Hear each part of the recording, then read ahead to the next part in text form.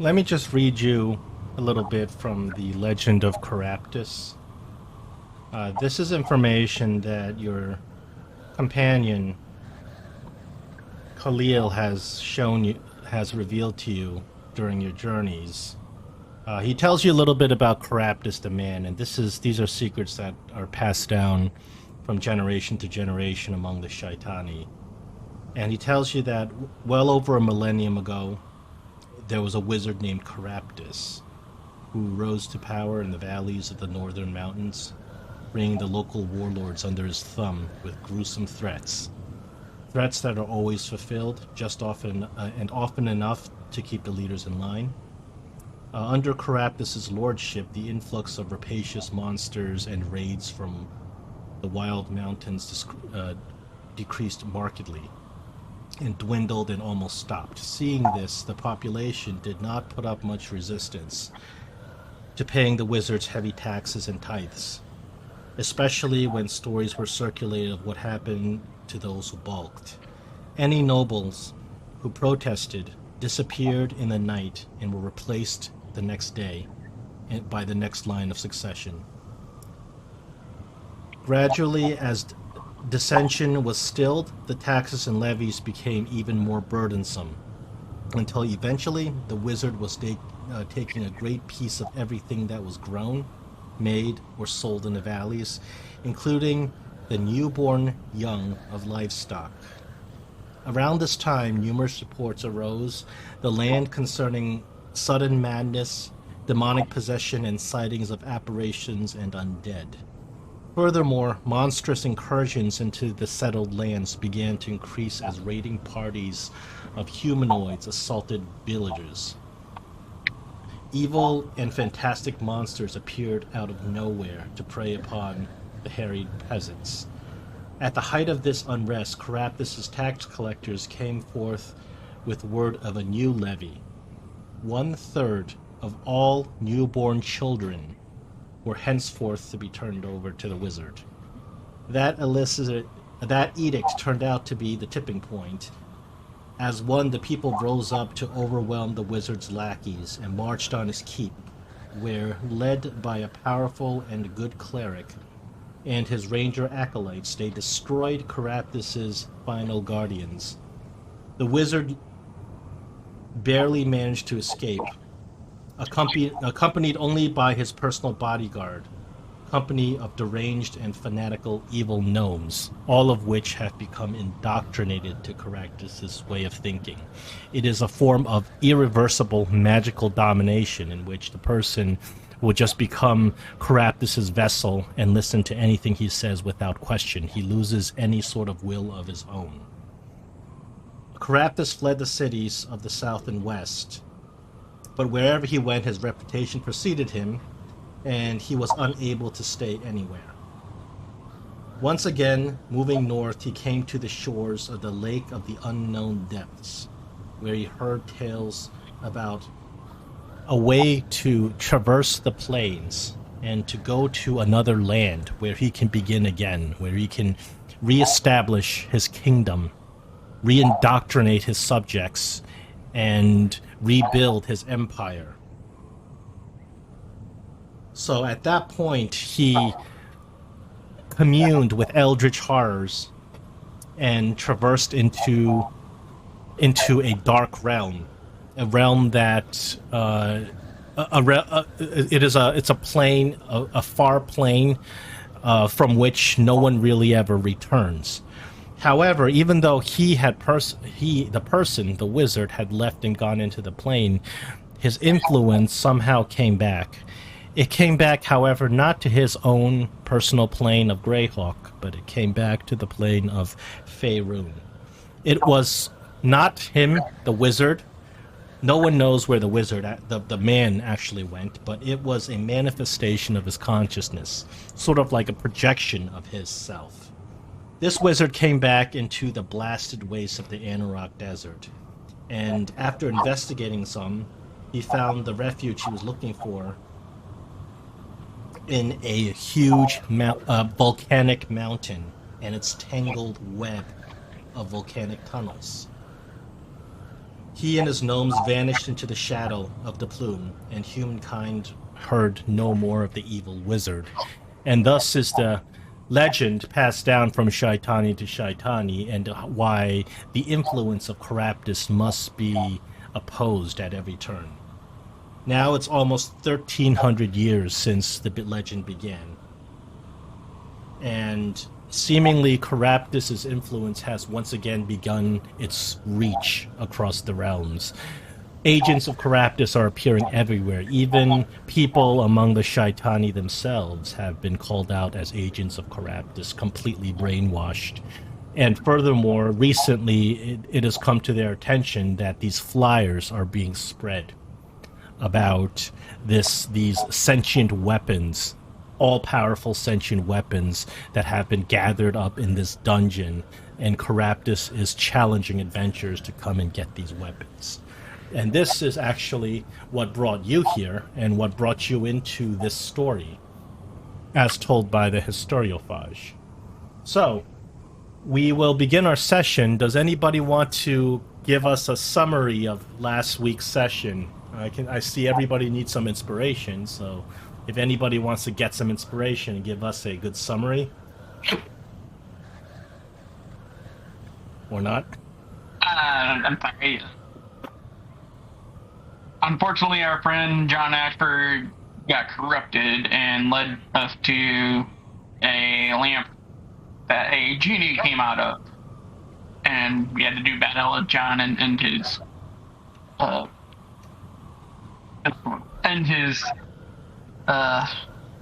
pain that he was going through. After which we headed the carpet, and we rode the carpet, headed towards what we thought is an altar for which we could use the symbol of Caraptus to unlock the beacon to tell us where possibly White Plume Mountain was, in which we fought some creatures they were. You fought some skeletal minotaur creatures and then, that ambushed you during the ritual. Yep. And including a purple worm that came to get us. And yes, the purple worm also was upset by the release of magic and you destroying the seal. Remember, there were 8 seals of Caraptus. You had broken 2 of them. And one to obtain the resurrection rod, the second to reveal Caraptus's vault, which is White Plume Mountain. Yep. And then we killed the minotaurs and tried to escape. The purple worm tried to grab the carpet, and we fought it and flew away, heading north to where Excellent. we. All right, you may take some inspiration for the recap. So you guys made a narrow escape from that purple worm, very eager to eat all of you. And you guys escaped and followed that beam of light coming from the altar, which was heading due north. The beam of light was a straight line due north. And as you got to the end of the beam of light, you noticed that you were at the tip of the Anarok Desert. Now, because of the nature of the what had happened in the Anarok Desert and the magic that had turned it into a desert, the area used to be a lush forest. And north of the lush forest was a glacier. So, strangely, you are in an area where magically the climate changes from extremely hot to extremely cold in one point. And that exact point is where the mountain exists. So you're flying on the magical carpet, and it takes several hours. As you are going along the path north into the Anarok, you see the sand shifting with purple worms kind of following you there, but unfortunately they can't reach you. You're too high up in the air. And you come up to what appears to be a volcanic mountain. There's a huge gathering cloud, the biggest cloud you've ever seen above the mountain. And it appears that the mountain is active and spewing parts of ash and volcanic rock. The closer you get to it, the more you notice that the mountain is almost perfectly conical. as if it's not even designed naturally. It's, you know, some sort of unnatural means made it a perfect triangle shape. The volcanic itself is leaking a slow amount of lava, and some of the lava spewing out. But most of what's spewing out is not lava, but rather steam. So it's hot steam that flies up and creates this cloud above it. The mountain itself, by your estimation, you guys are pretty far away, but you see, as you get closer, you notice the mountain itself it's about 1,000 yards across in diameter, and it rises about 800 feet above the surrounding land. The white plume that gives the mountain its name is a continuous geyser that spouts from the very summit of the top, along with some volcanic rock and ash. The spout, the steam actually rises all the way up to like 300 feet into the air, making travel around there very dangerous. It trails off into the east, the way the winds are blowing, and you can see that on the other side of the mountain there is glacier. There's snow and glacier. It's the big ice.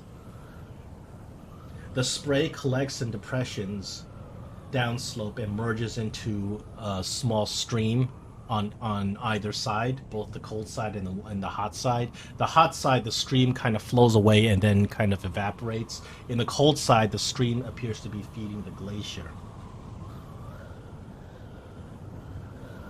And since it took you several hours, I'm assuming you guys want to take a long rest on the carpet? Yeah, considering the carpet doing all the work, we're just sitting there. Yeah, you're just sitting there. The carpet's following your commands. There you go.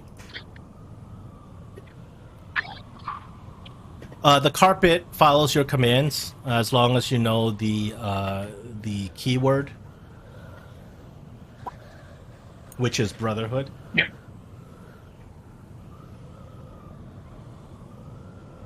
So what do you want to do? Well, guys, I think we should take the carpet and do a circle around the mountain to see if we see anything man-made. Any entrances or anything like that? Yeah. Yeah, that's a good idea. As you get closer to the mountain, you realize that the steam, the eruptions, are cyclical. They appear to happen every 30 seconds or so. Every 30 seconds, a huge gust of lava and steam explode from the top of the mountain, feeding the massive cloud above it. The carpet, you guys keep a safe distance and you circle the mountain. As you get to the northern end of the mountain, you realize that almost instantaneously, the air goes from extremely hot to extremely cold. As you get into the northern side of it, and you look to the north, and you realize that this is a desert. This is a frost tundra.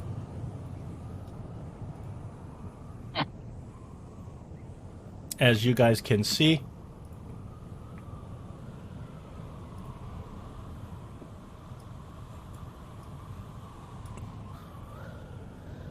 So there's some sort of magical power that makes the climate change instantaneously along the meridian here. And you circle the mountain, and you don't see any clear entrances.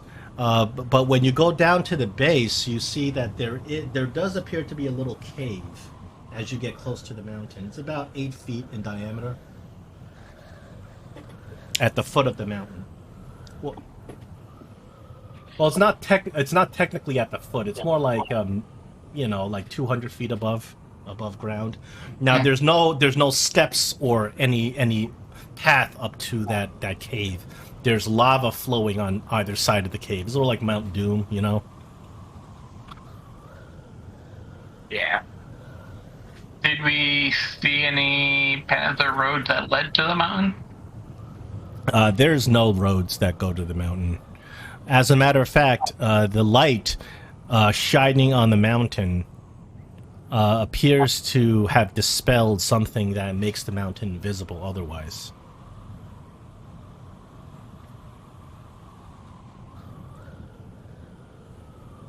Well, guys, it kind of seems like we have two options. We either check this cave out, or we check the tip of the geyser. Which I don't know if that's gonna be the safest thing to do. Yeah, I think the cave would probably be the best bet. Yeah, with the tip of the geyser, you got about 30 seconds before it explodes again. Yeah. I asked Khalil if he knows anything, if he has any idea how to get in. Khalil looks at you. I've never been here. We have made a promise to our ancestors to seal the secret of Caraptus's vault. None of the Shaitani have ever been in Caraptus's vault.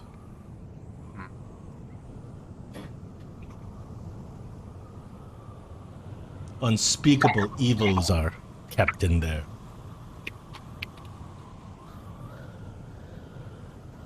Well, guys, I think we gotta head our way down. Check it out. There is a safe spot you can land the carpet, can grab a foothold, and then climb up to that cave. Mm-hmm. Well, I guess that's what we'll do then.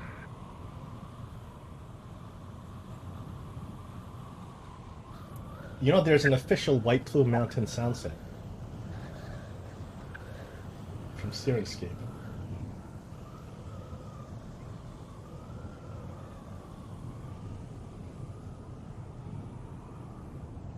You got it planned?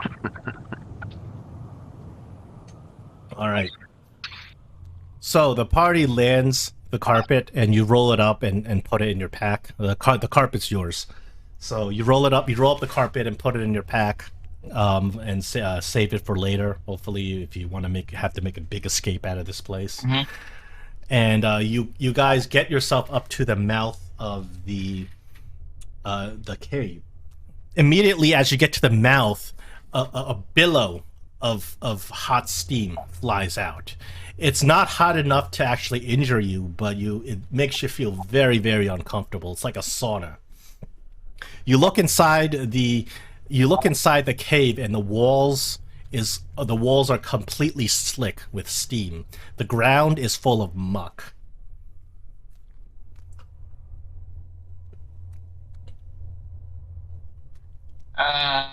Looking down at the ground while I see muck, does the muck look like it's like going towards the exit of the cave?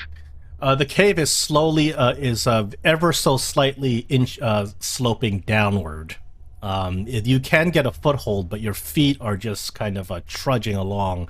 It's sort of like that muck that sucks up your shoe when you try to walk on it. Very thick, slimy muck that you're walking through.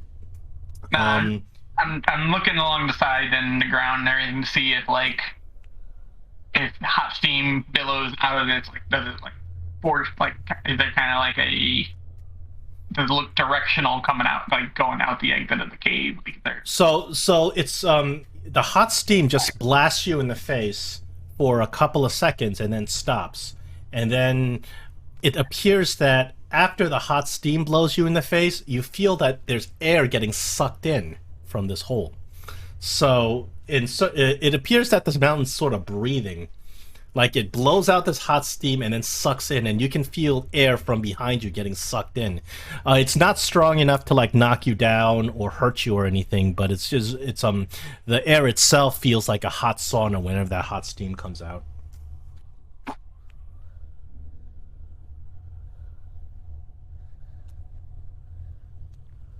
Guys, I think it's a little too warm for me to send Pepper down, so I think we're gonna have to go it ourselves.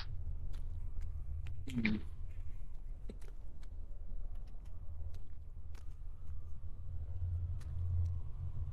you know what they say, you can't handle the heat, get out of the kitchen. So. Yep. So you guys traverse about 50 feet along the muck, and you realize that the cave ends in a dead end.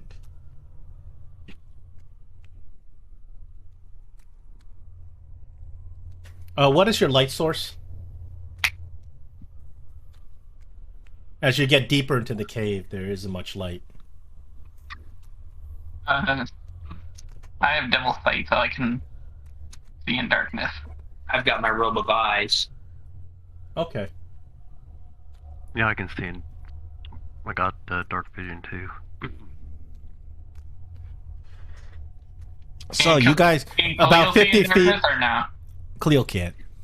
But Oh, about I can give him the. he takes out a torch, and whenever the hot steam comes out, it blows out his torch.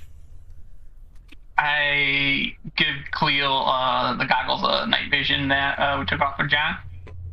Oh, great! So now you can all see in the dark. So you guys go about 50 feet, and you realize that it ends in just a dead end. About 50 feet in, it's about the lowest point because the cave has been kind of gently sloping downward the whole time.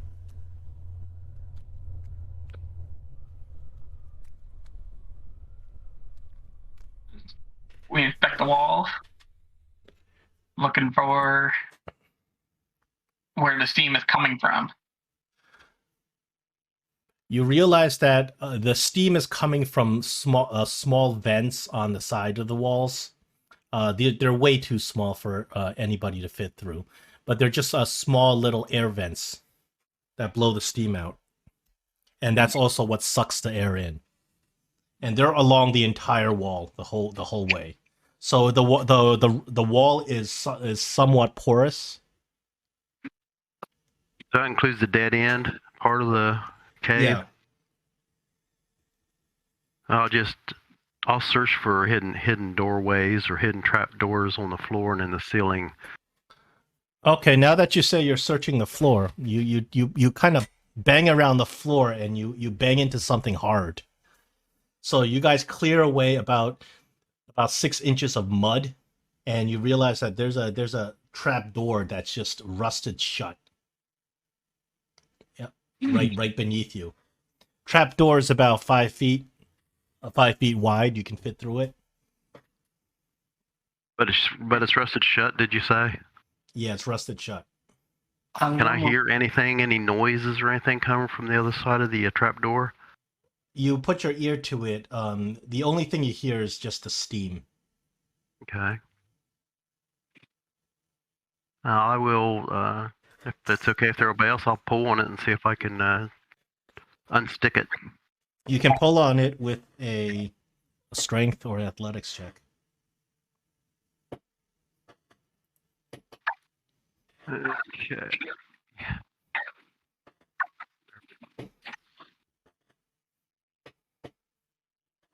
Well, both are the same, so you want to end the tower or It doesn't matter for Hey, this is it- one. The result's obvious.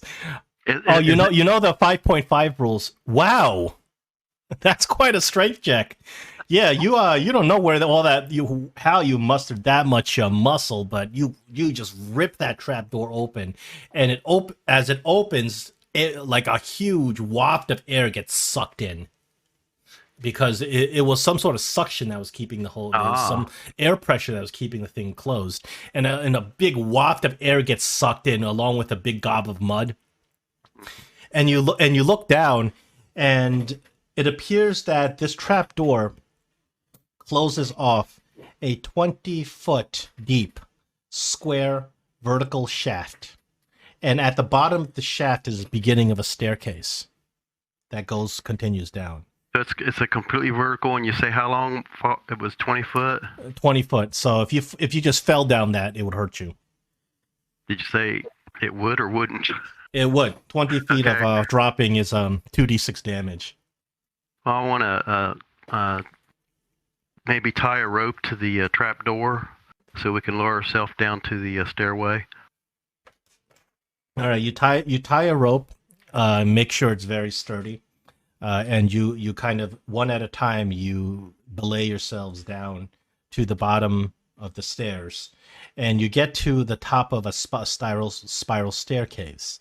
And you look around, and this dungeon clearly isn't like pretty well built, because the stones around you are very finely made stone bricks. and they don't look like they're ancient or dilapidated or anything. They look pretty fresh. So as you go down the staircase is made out of metal. It's slightly rusted because of exposure to water, but it's still very sturdy. And you go down about 30 feet around and around a spiral staircase.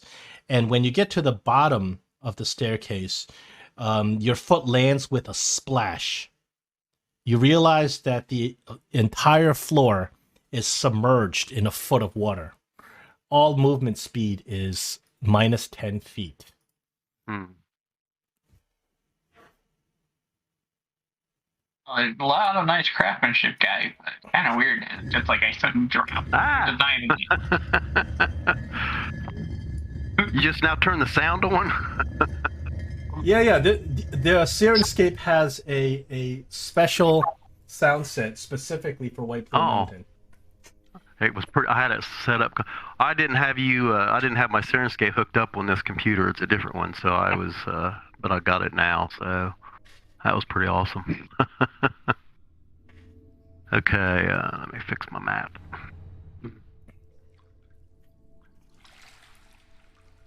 So there you go. You get to the now you get to the bottom of the staircase, and you look around, and it's a pretty long tunnel. It's about the tunnel is about 10 feet wide, so comfortable enough for two of you to fit in side by side. It's square shaped, so it's also 10 feet tall, top and bottom. However, like I said, there's a foot of water you're sloshing around in everywhere you go. Oh, Olaf, you could probably. I mean, it's not completely submerged. There's only about a foot of water, right? Is that what you said? Yeah, so it's a foot of water everywhere you go. The water's rather warm. It's like a hot bath. It's not so hot that it's causing you damage, but the water's kind of like a hot. It's like It's like when you're taking a really hot bath. Okay, Olaf, you could probably actually send your bat. Yeah. I figure I'm gonna. While he's doing that, I'm gonna kind of wash myself off with the warm water. That's not a bad idea. Get some of that sand off. Oh yeah. Yeah, I'll send Pepper down. Here, why don't I bring in his token so we can? Sure. 1 second. Oh, you want to take control of him? Sure. I'll drop his token once you take control of him.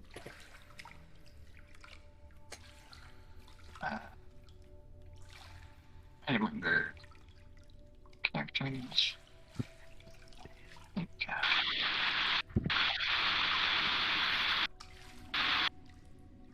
Okay. I should have control of them. Okay. There you go.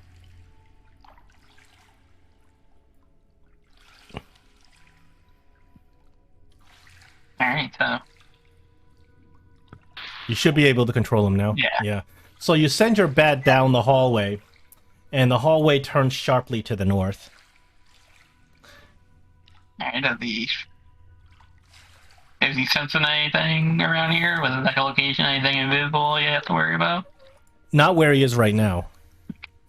And being invisible in this area would be very difficult because you'd see the feet sloshing around in the water. Yeah, so I'm having them check the wall to make sure nothing's like climbing on the wall. Also, climbing the walls would be very difficult because the walls are slick with water.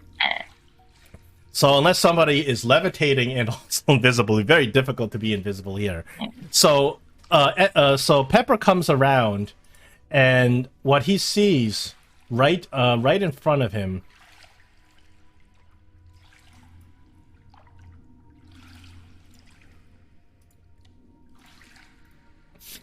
he sees that well, you can move the token up.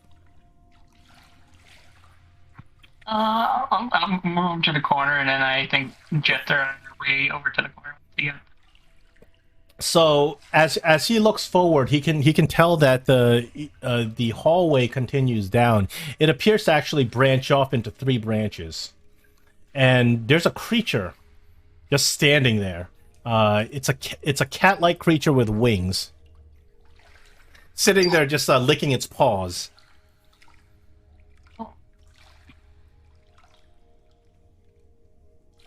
And I guess seeing through Pepper's eyes, I see this, and it reminds me of my patron. So when Pepper comes up, and the creature appears to be able to see Pepper right away, it has some sort of powerful sense. Immediately sees Pepper right away and just lets out a growl. Anyway.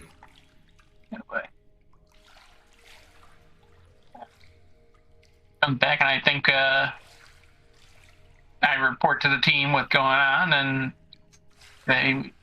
we might have company guys up ahead. Okay. I will use this opportunity and cast Mage Armor on myself. Very well. Get proper, let me get this there. Come on. As we make our way over there, I would over to the corner. I would assume is where we're gonna go, guys, right? Unless we have other plans.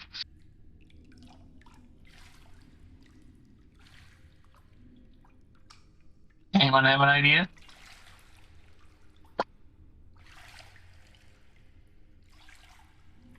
Well, I guess move with caution. With caution.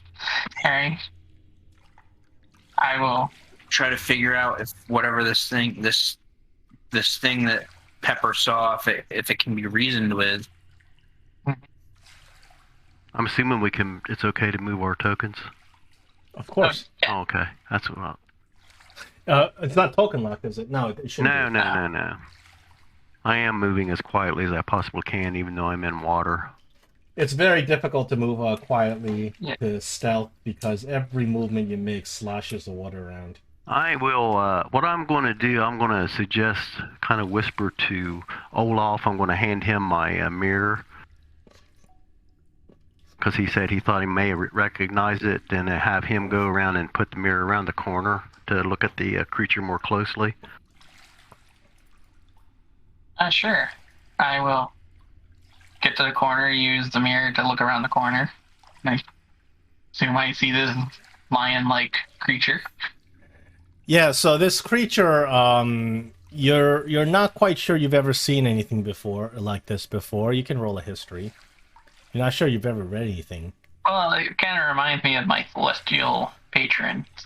Yeah, out of character, we know it's a sphinx, but you might not know what it is. So I'll try that roll. History. Hang on. Where did everything go?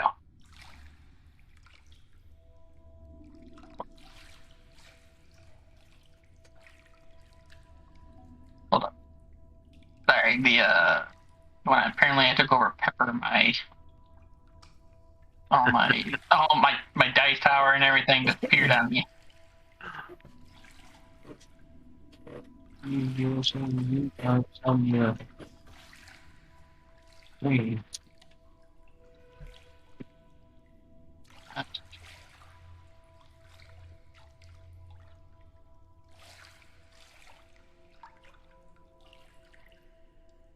Is anybody else's dice a lot bigger? Yeah, Yeah. they made the dice bigger and they added a percentage dice. That's, I guess, somewhat positive improvement. Yeah. They also made the dice movable, which is also a positive improvement. The dice, for my eyes, Yeah, big numbers is a real boon. but everything else is every other change they made has just been destructive. So, you've heard of these creatures called sphinxes. They are monstrosities. And you know that they have a love for hoarding treasure and telling riddles. And they are very lawful in nature, meaning that they they have certain rules that they abide by. You're not sure what these rules are, but they will never break whatever rules that they abide by. That is the whole meaning of their existence. So that there goes with that. That's how it goes with the riddles. Is that they love telling secret riddles in order to get past them or get their treasure or whatnot. Okay. So, Gregory, do you want to attempt to communicate with the creature? Sure. I guess we'll have to go on around the corner then.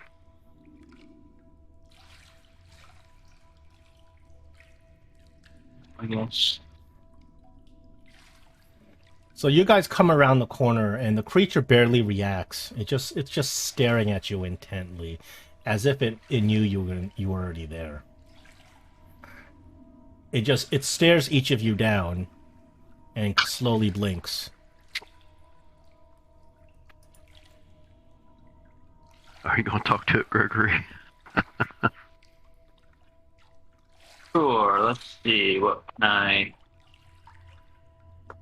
I guess I'll just to. I'm just gonna just as a test, just to see if this thing can understand common. I'm gonna tell it.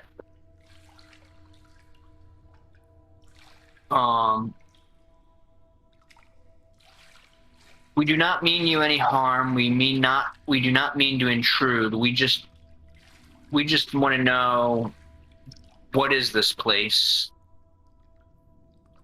The creature turns to you and waits a good 10 seconds before it answers. And it says, "You know what this place is. Or else you wouldn't be here, now would you?" All right, it can speak common. All right.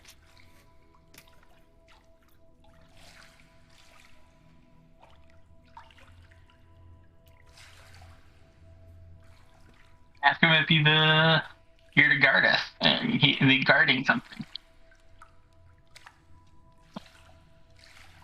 Can we get by you peacefully? I'm afraid you can't get by me at all. And why is that? Well, if you try to come any closer, you're going to bump into an invisible wall that will let nothing through. And are you responsible for the wall? I'm responsible to keep the wall going, yes. So that means you could also let the wall down? Yes, but I can't for you. What would it take for you to let the wall down? It would take the hand of the master who built this dungeon, Paraptus. That is the only one that I can let the wall down for.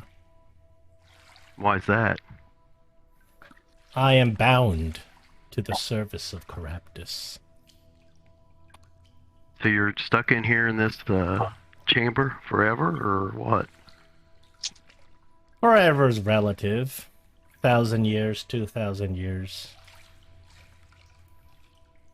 It may be a long time for creatures such as yourselves, but it's not that long for me. What's the nature of the wall? It is a wall of impenetrable magic. Can it be dispelled? The Sphinx kind of looks at you and just shakes his head. Oh, I see. A wall of force. That is correct, Gregory. You may take an inspiration. Yeah, I've come across one of those before. It can be disintegrated, obviously, but Yeah, you guys don't have access to that right you now. don't have access to 6th level spells yet.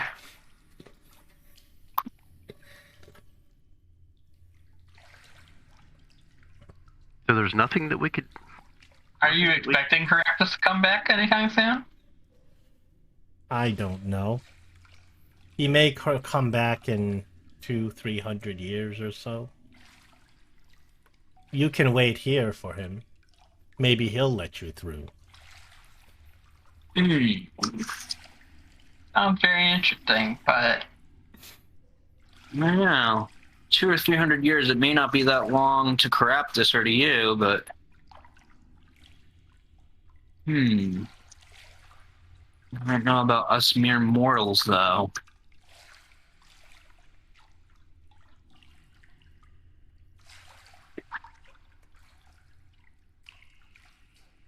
are there items in this dungeon worth guarding? Because it seems like you put up this magical barrier just to hang out for a while and be alone for a while. Well, isn't it the sentient weapons you've come for? Why else would you be here? Standing in this hot water. No, that's a good point. And then the cat looks really uncomfortable, just like puts his hands up and licks his paws. Hates the water. Yeah, makes sense. So is that what you're guarding with your wall of force? I'm not guarding anything. I'm only maintaining this wall. That is my contract.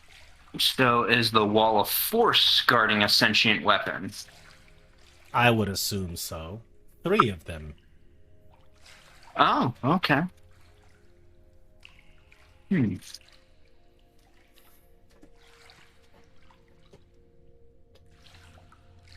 I don't know if it's guarding all 3 of them. I mean, and I will pull out the fake whelm that we got from our previous adventure. It seems like we have whelm right here, and I think we came to return it to where it needs to actually be stored. The Sphinx kind of looks at, squints its eyes a little bit to look at a whelm.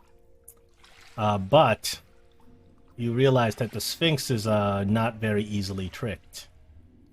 He casts she casts legend lore, and knows exactly what the object you're holding is. And the Sphinx says, "Ah, I know that. The agents of Caraptus, his little pathetic servants, created a fake dungeon. And they populated the fake dungeon with items that they claimed to be the sentient weapons, but it was just a ploy to trick rich adventurers in parting with their gold and their lives." Are they true agents of Caraptus using such deceivery to tell lies that they have the things that Caraptus truly treasures? He says, agents of Caraptus all serve his will. Everything they do is determined by the master. Everything you see is determined by the master. Everything that happens is by the master's will. And so, by the master's will, we are here also to enter the dungeon to make sure his weapons are being protected. The cat looks at you and says, "Your logic is confounding me." I like that logic. You can take some inspiration for that. "Your logic confounds me. In one way, my only purpose is to maintain this wall. But the master would not have you here unless he willed it. So it must be the master's intention that you get through this wall. But here now you see we have an impasse. How can I be relieved of my duty in maintaining this wall?"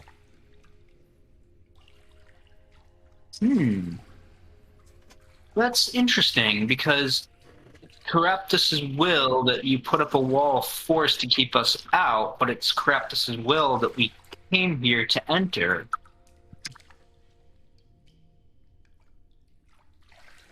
Is Caraptus one who is known to contradict himself, or his will?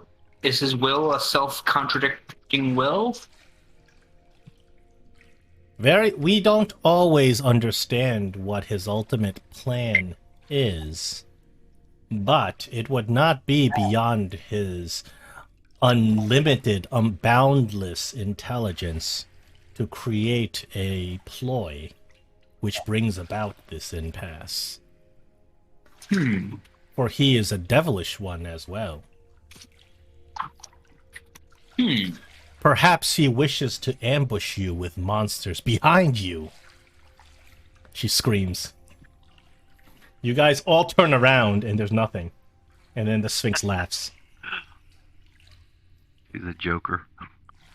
You see, these walls are exactly by exact proportions 10 foot wide and 10 foot tall. This is the perfect size for certain spells. This would be a perfect site for an ambush. If Caraptus wanted to ambush you, I believe he would do it right now. Behind you! You guys turn around again, and there's nothing. And then the Sphinx laughs. You are quite the joker there. What's your name? I just am like, yeah, next time she says behind us, the one time that we're gonna say, oh yeah, she's probably just joking, will be the one time that there actually is monsters ambushing us. That would be perfect for this creature. The creature says, I am known as Bastet. He says, I was once a powerful sphinx, master of riddles, but I came under the service of Caraptus because he had answered all my riddles. Really? My hubris was my downfall. I had thought that no one could answer all my riddles. I told 355 of my best riddles, and among those, Caraptus answered every single one.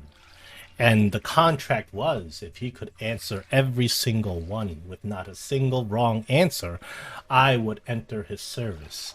And so I am here in this smelly, wet dungeon for a few thousand years. All right, well, at least we know something about Caraptus. He's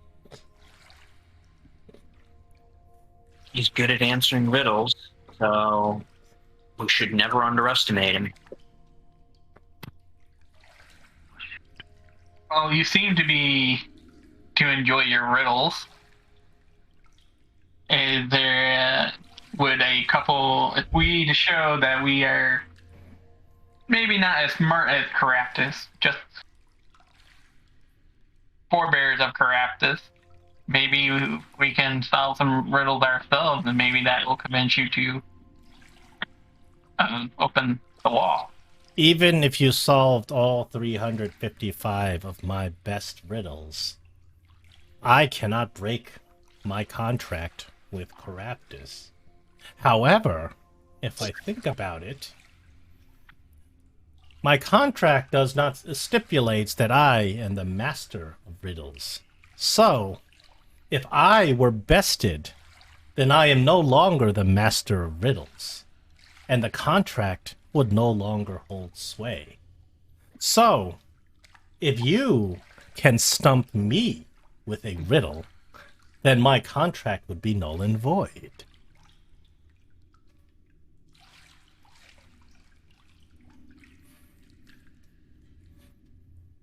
You guys know any good riddles?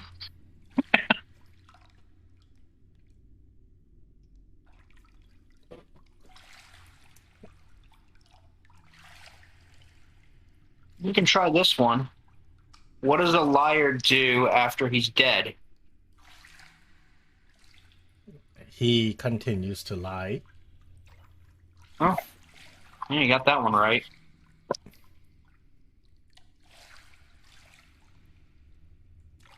All right, well, we come up with a better one. Come on, guys. There's 3 of you. There's only 1 of me. I promise I won't Google anything if you tell me the riddle. You can Google stuff.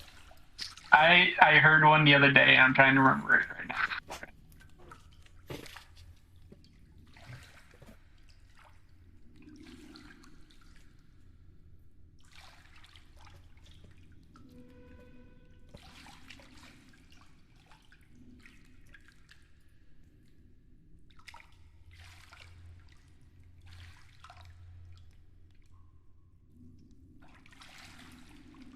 Well, I run but never walk. I have a mouth but never talk. What am I? So I run but never walk. I Yeah. have a mouth but I never talk. Sounds like it's familiar. It's on the tip of I know my that. tongue. River. Yeah. Ooh, there you go. Yep. You can do better than that.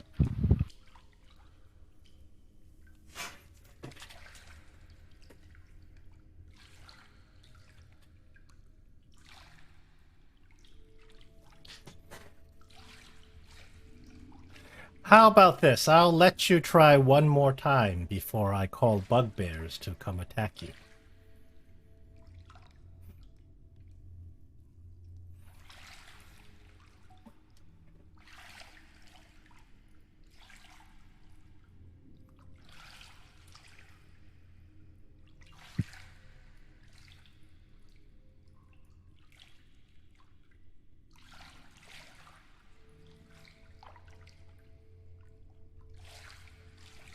Okay, I'll try one. Only one color, but not one size. Stuck at the bottom, yet easily flies. Present in the sun, but not in the rain. Doing no harm, but feeling no pain. What am I? That's a long one. So can you go over each of them again? Only one collar, but not one size. Stuck at the bottom, yet easily flies. Present in the sun, but not in the rain. Doing no harm and feeling no pain. All right, so it's only one color, but or is it only one color but not one size? Right. That's one. And then you said Stuck stuck at the in the rain. bottom. Stuck at the bottom, And then easily flies. easily flies. And then present in the sun, but not in the rain. Doing no Shadow. harm. Yeah. that's it. Shadow. Roll initiative. Good guess. Good job. Unfortunately, you guys get the Sphinx summons a portal and a bunch of bugbears show up. Welcome to White Plume Mountain. Leo, you should have said something. Khalil, like this is beyond. These games are beyond me.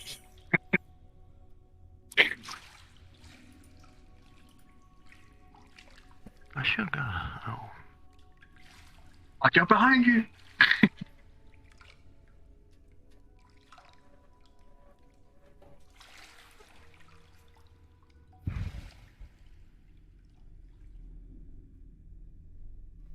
Whoops, I shouldn't have done that. That shifted all the tokens. So right behind you, a portal appears. A portal shows up, and all these bugbears show up. They look around completely confused. But unfortunately, you guys are surprised at this point. Actually, no, you're not surprised. She told you. Yeah, she told you. She told you, and she just sits there licking her paws as initiative begins. Bugbear number 2 is first in initiative. He runs up to Khalil. Make sure Khalil's in the square, yes. And attacks with a Morning Star. Surprise attack is very bad for bugbears. Because they do extra 2d6 damage on surprise attack. He whacks Khalil with the Morning Star. Oh! Khalil yells. Olaf. Olaf is going to do his best to slow these creatures down, and he can use the wand of entanglement and try to catch them. Oh no, token sizing is broken again. What is the length of the wind of the entangle spell? I don't remember. It should be 20-foot square, I think. Let me just double check. So it should be able to catch everybody except for the bugbear in front, correct? I think so. Yeah.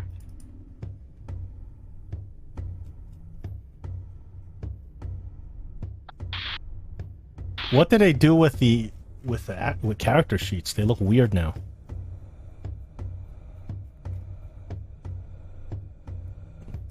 Yeah. Okay, you can go ahead and target all those bugbears. Yeah, 20-foot square. Oops. Yep. Whatever. Yeah, I'll put this entangle token somewhere else. So. Yeah, let's move that out of the way. I mean, I could Here we draw go. a token.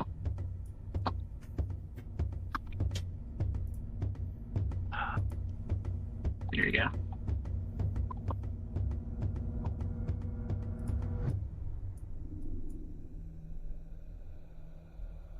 There you go. Do Perfect. that. There we go. Yes. So this one, this one, this one, this one, and this one. Do the spells. Hopefully they're not too strong. That's a bunch of successes and three successes and 2 failures. No, they still take half their movement going through difficult terrain. Anyways. Everything here is minus 10 feet of movement, as it is, because of the water.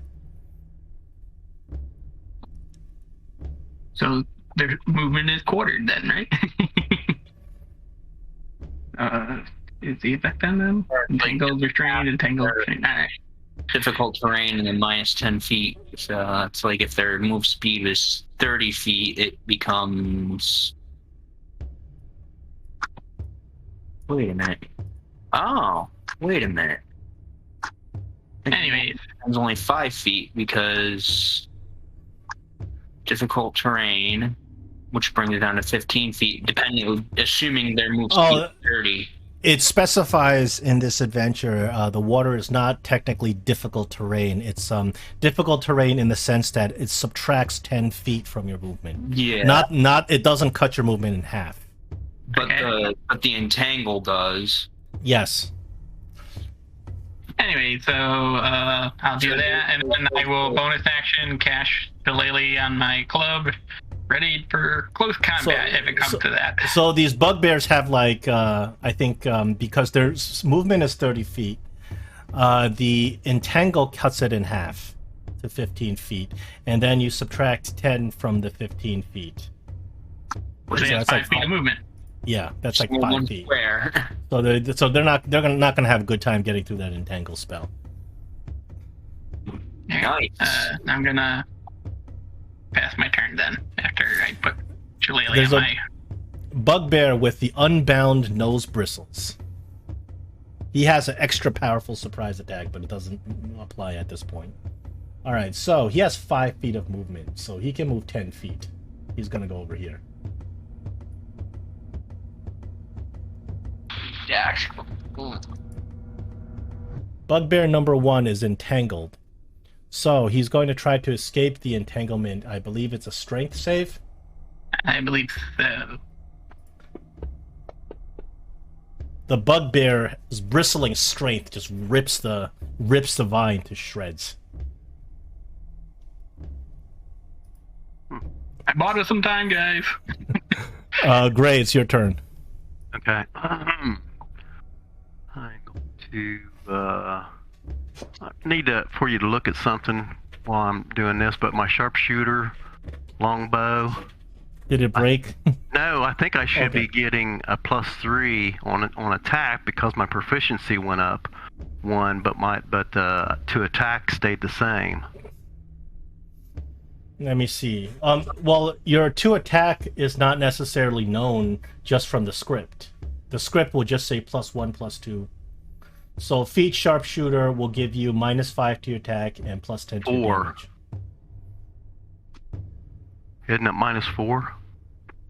-5. Well, it says minus.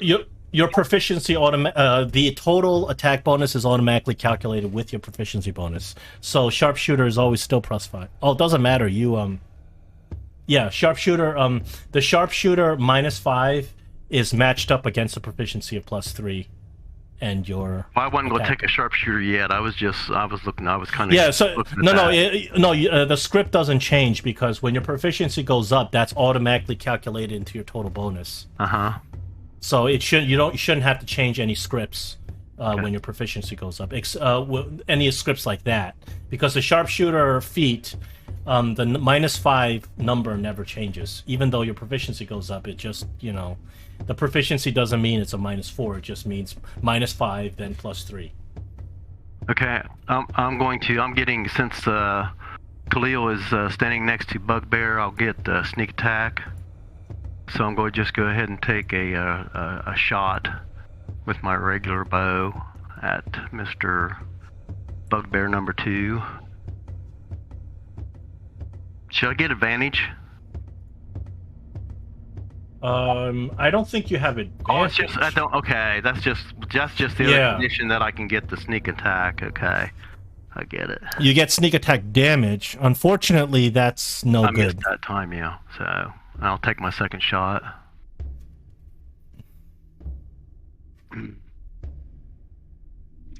That's a hit. That's a hit. So I need to put sneak attack. I'm sorry, the letters, the font got real small, and I don't know how to change that. Okay. That's part of the Fantasy Grounds delicious updates. And gather swarm. Yep.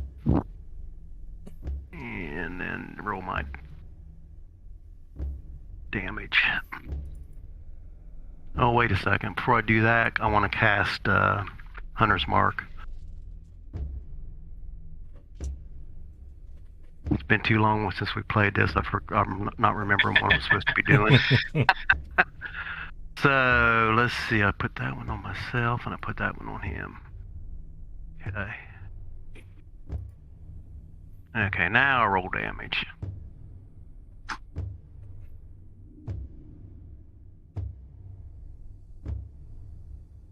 $23 points of damage. Not bad. Mm-hmm. Where am I at?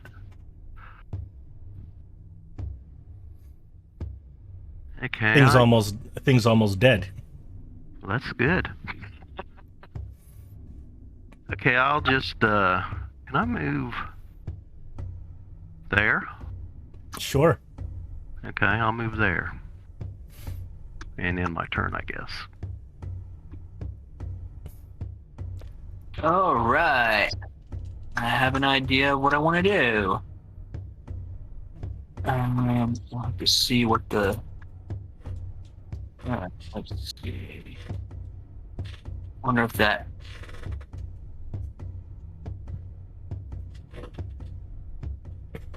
Token. I kind of wonder if that thing where auto target the tokens, if that's broken or not. If the token size is broken, then that's not going to make a difference. Because when the size of the token is broken, then all the tokens come out like that. I don't even see the token. Oh, I see it. You put it up on. Here, I'll drag it in. You put it out of your line of sight. Okay, there it is. Let's see. Let's see. Maybe I can make it bigger. Oh, wait a minute. Okay, if I hold control and scroll, okay, there it is. It's the right size. Try if you can target with that. That's a shatter spell, right? Yes. Yeah, I recognize the token. See if the targeting works with that. Oh, it does. Did it work? Try it. It did. How do I just is it supposed to auto target or is it? No, you have to hit the target button where you drag the token out of. Yeah. Okay. Hit the target button. Did it work? It doesn't. Didn't. Nah, it didn't. Let me try it for you. Hold on. Okay. Let me get rid of this first. Okay, but the size adjustment still works. That's good. Yeah, but you're not supposed to have to adjust the size. I don't understand why it's like that. I don't Hey, know. you see, for me, I just put it exactly right there, and I click target, and it adds all the targets. So it works when I do it. All right, so I do Yeah, that. So I cast Shatter on the ones that are in the entangle, and then okay, you can roll their saves. all right. We got 3 failures and 2 saves. All right, and I'll roll the damage. Damage applied. All right. And then I'll move over here. And then make sure I mark that I burned a 2nd level spell slot to do that. My spell slots, there they are. And my turn. It's a little slow today. The bugbear with a modest shorts, because he is in sandals, he has extra movement. Hippie bugbear. Yeah, this hippie bugbear, so he has a movement of 40 feet. So he's got instead of- modest shorts, so he's not Bob Weir if Bob Weir was a bugbear. Yeah, so he's not his feet are not in only his feet are in the water. He's not wearing like boots in this, so he's moving he's moving pretty fast in the water. So he's got an extra 10 feet of His movement. shorts are modest shorts. Gets Is he gonna be able to get around all his buddies in front of him though? Yeah, he should. No, get enemies can move through enemies. It's 10 feet. It's 10 feet, so they can move through each other. It's 10 feet wide. So he's got a movement speed of 30 feet because of the water. So his water still slows it down 10 feet, even though naturally he may have 40 feet of movement. So the water doesn't slow him down. So he moves 15 feet here, and then he dashes to get over here. Sphinx is watching and laughing. Bugbear number 3, he's got 5 feet of movement, so he's gonna move over here.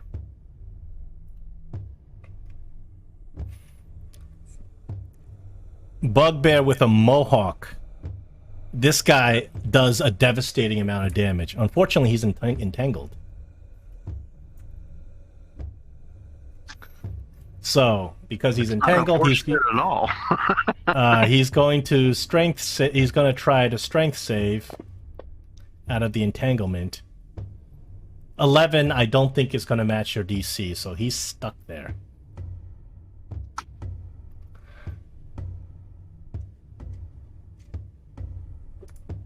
Khalil takes out his poison dagger, makes a multi-attack. First attacks the bugbear in front of him.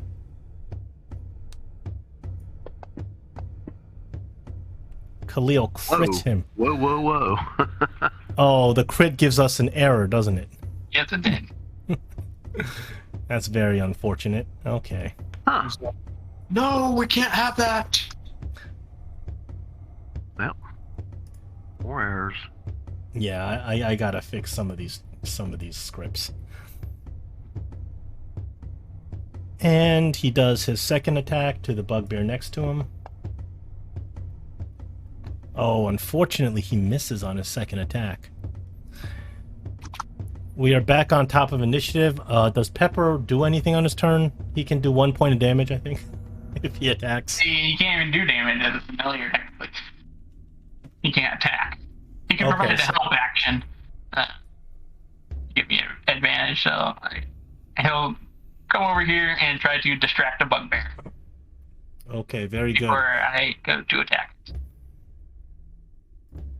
Bugbear number 2 Dead. is dead. It's Olaf's turn again. Yep. Olaf is gonna build up some arcane magical energy and shoot some Eldritch Blast. Let's go with Let's go with this one. I don't put.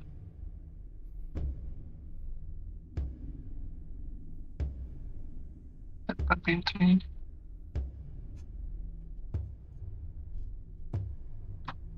You have 2 bugbears targeted. Yeah, I'm trying to turn them off. Oh, probably. If control click is not working, then open up your target thing.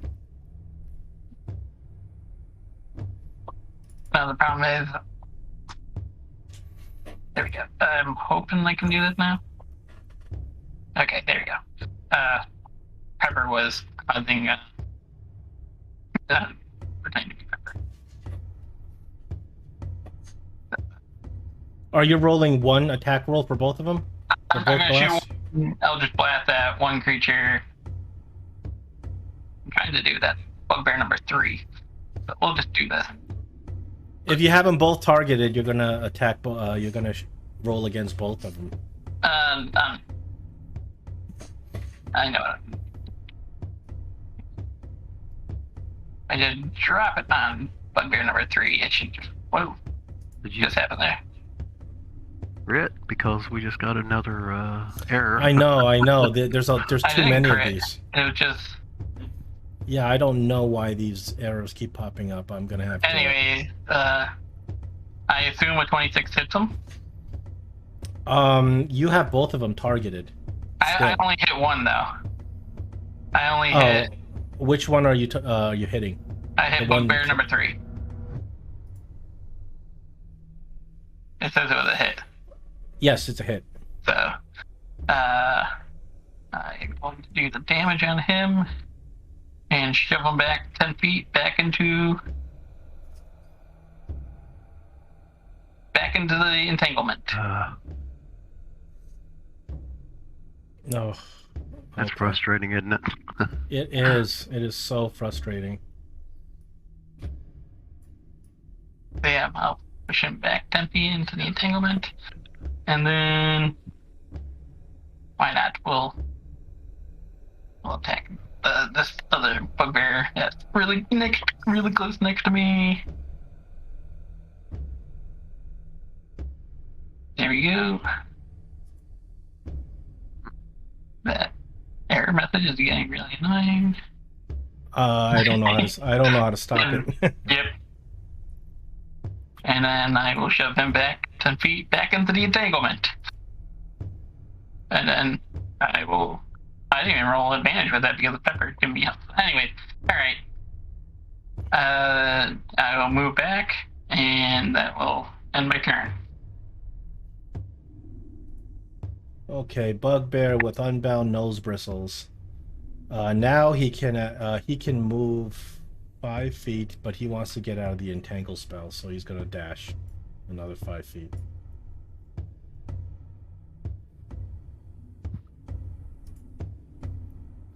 Bugbear number 1 broke out of his entanglement, so he can now move. He's going to dash over here, and then it's Gray's turn. Okay. Yeah, first thing I'm going to do is move my hunter's mark to unbound nose bristles dude. Hold them back, guys, as much as I can.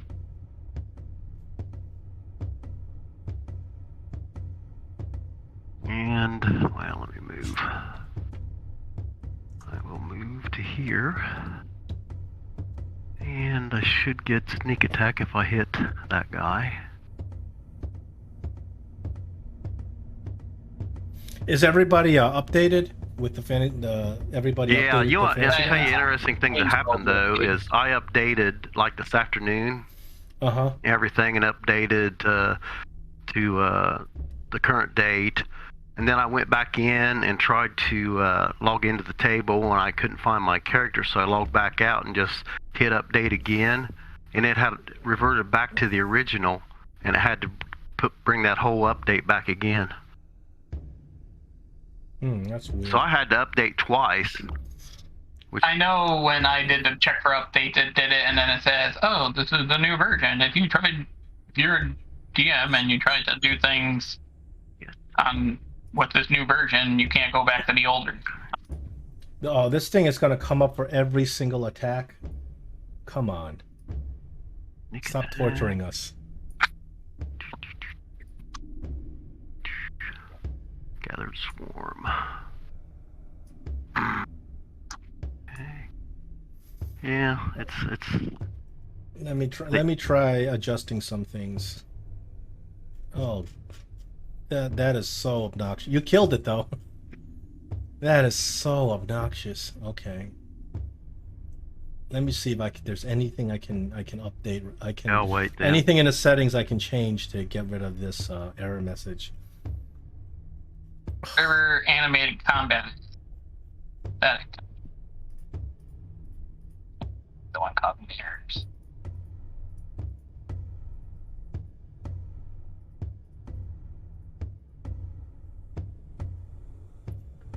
Gregory, it's your turn. No, I got to take my second shot. Oh, I'm sorry. I was just waiting to see. I didn't do it yet because I was waiting to see if you could do anything about the. What do you mean do errors. something? Not the errors. You said you was trying to see if there was anything. You could Yeah. I said it. I changed some settings. I turned off one of the M&M animated combat things. Yeah, I think that's the thing that like gives us a blood splatter whenever we hit someone. Yeah, I don't know if that's what's breaking it. All right, so now try your second shot. Okay. I'm going to. I can't move my hunter's mark because I already did this turn. So, bugbear bear. I'm going to target the bugbear with modest outerwear. Bugbear 1. Modest shorts. That's the one you said was probably a sharpshooter shot on him to get some extra damage.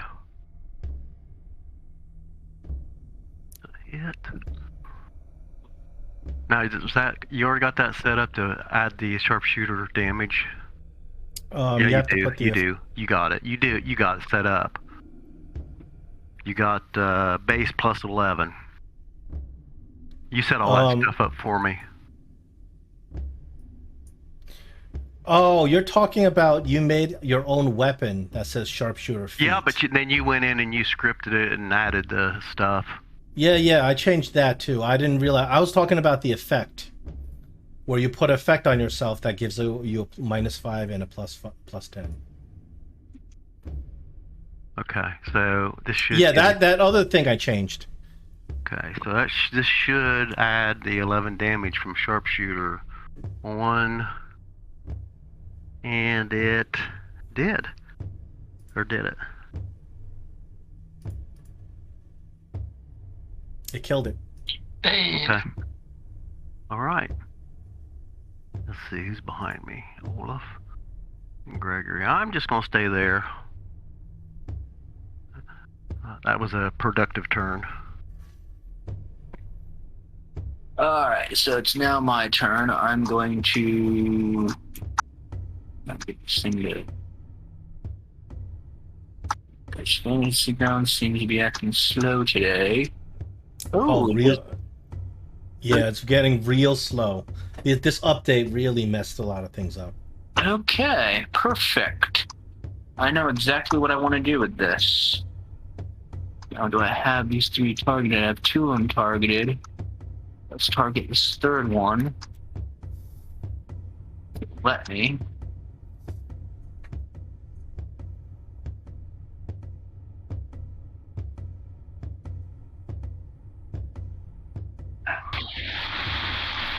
There we go. And then I'm going to cast, if I can get this stupid thing to go away. Come on, you little thing, you go away. Thank you. Okay, let's see. I'm going to cast Magic Missile. And to keep things quick, I'll just do a 1st level spell slot and one missile on each bugbear. Same damage for the sake of simplicity. Oh, you got max damage, didn't you? Yeah. No, not max damage. You got 3. 4, if you rolled a 4, that'd be max damage.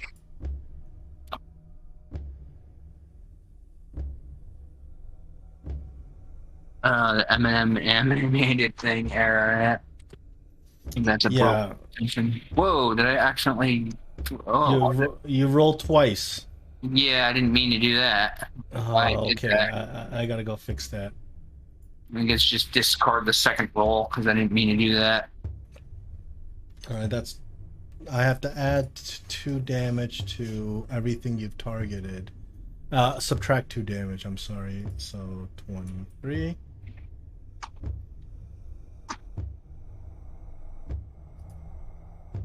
And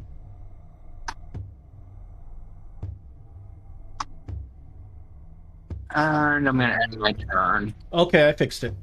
All I right, fixed cool. All right, so I hit them with a magic missile, and then let's see, 5, 10.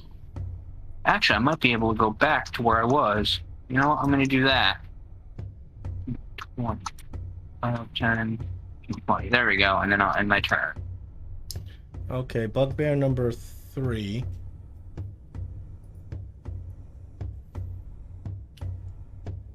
Still stuck in this muck.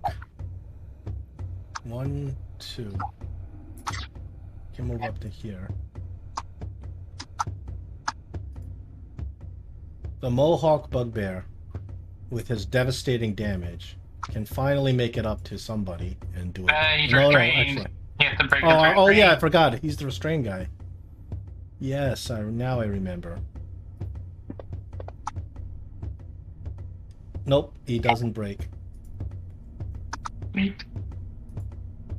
Devastating damage he keeps talking about. I'm really strong, I'm telling you. Well, he can't do damage if he can't move.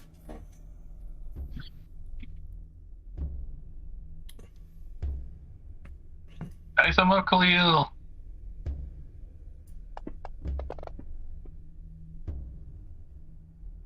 Why did he have advantage on that? Oh, he was still listed as restrained, bugbear number 1, which is not restrained anymore. I'm gonna have to roll that again. Bugbear number 1 is no longer entangled.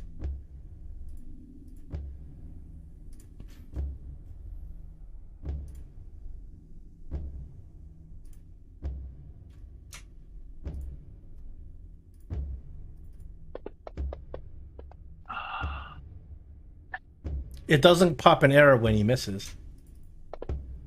Only when he hits. Oh, wait a second. He's not... An 18 would hit, actually. So Not I'll just do the targeting anyone. damage. He's not targeting. So it doesn't pop an error message when you don't target. All right, I'm gonna have to look at how to fix it. That's his poison dagger, isn't it? Oh yeah. So we got a Constitution save. Successfully saves for half damage. And he's dead. And we got an error message. After this battle, let me try shutting down Fantasy Grounds and then shutting down a couple of extensions. Just because this is so obtrusive. We can't keep playing like this. Yeah, it's pretty crazy. Pepper Chicken fly out of the way and just pass the turn to Olaf. Olaf is going to shoot Eldritch Blast at bugbear number 3.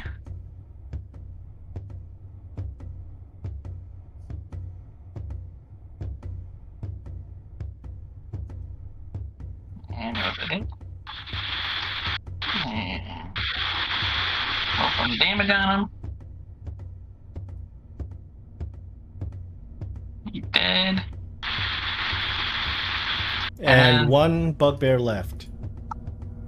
And Olaf will once again attack him with his second blast. Whoa. Oh yeah, You get advantage on him because he's still restrained. With max damage. And that is the end of Pew, these pew. bugbears. Okay, excellent. Very good. Let's take a break now, even though it's a little bit early, because I want to see if I can turn off some of these extensions. Should we log out of the game and then log back in and then? Yeah, the game's gonna shut down. All right, so we're all back now. Let's continue. That took a while, but I fixed everything to the best of my powers. Now, you guys take down these bugbears. You go over to the bugbears. They don't really have much except their crude bugbear weapons. They have some morning stars and some hide armors. They don't have any loot on them. And you walk up to the Sphinx, and the Sphinx kind of looks at you and says, "You know what? Instead of just passing around riddles, I'll just ask you a question that you're going to think about. And you answer this question, I think we can come to some sort of arrangement. What do you say?" Oh, I'm game, I guess. We're on. Yeah. All right, well, you see, I know a lot about why you're here. It's my job to know. I know that you are from another place. You are from a place that appears to be above the place that I am now. It appears that you are in a place that is reading about a place that represents the place that I am in now. Am I not correct? Mm-hmm. That made a lot of sense what you just said there, yeah. And it appears that you are on a quest to stop a book from erasing history. And it appears that we are in a place where my existence is but history. So, to help you on your quest would be to preserve my existence. And preserving my existence is helping maintain my contract to keep this wall going. So, to help you would necessitate that I continue to exist and continue to hold my purpose upon this wall. But in order to help you, I need to understand that you know what you're doing, and what you're doing is going to save my existence. In order to know what you face, in order to know what you're doing, you must know what you actually face. I believe you face the powers of a god forlorn.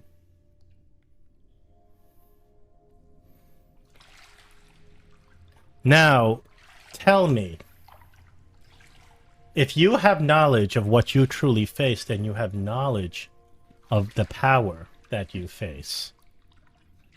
The power that Caraptus holds most prized. So answer me. What does Caraptus believe is the most powerful force in the universe? The force that holds sway above every other force. The force that controls all realms, all planes.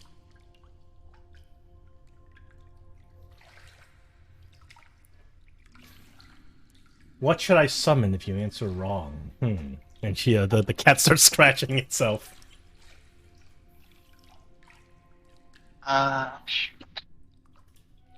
Perhaps I should summon Gregory, do you have any idea with your knowledge?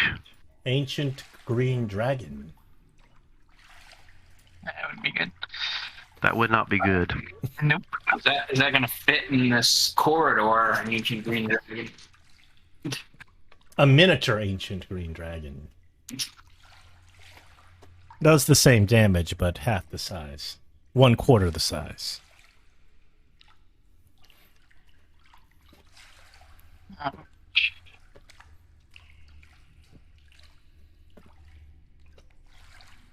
Does Gregory remember anything using his excellent So memory? did you understand the question? Something like what Caraptus believes is the most powerful thing that controls all the planes. Yes. What does Caraptus believe is the most powerful force in the universe? I assure you, it is not a person, it is not an object, it is not a weapon. It is simply a force like love and hate, good and evil, law and chaos. Hmm. Sounds a lot like a riddle. Oh, it's not a riddle. It's a question with a straightforward answer. Well, from what I understand about Caraptus, or from what I've heard of him and read of him, sounds like he's the kind of person who's obsessed with power. He is indeed hungry for power, but he may not believe that that's the most powerful force in the universe. It is his means to control people's minds. And he's a wizard, so. But even one such as Caraptus, one with immense power and domination, even he bows to another.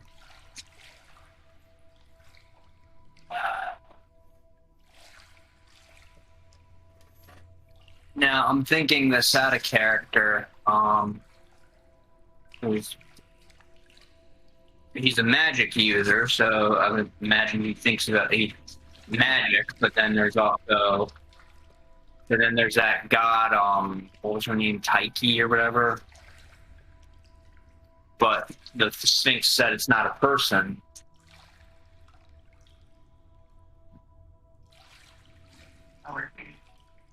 Top line thing. It may not be a person, but it could be what a person represents.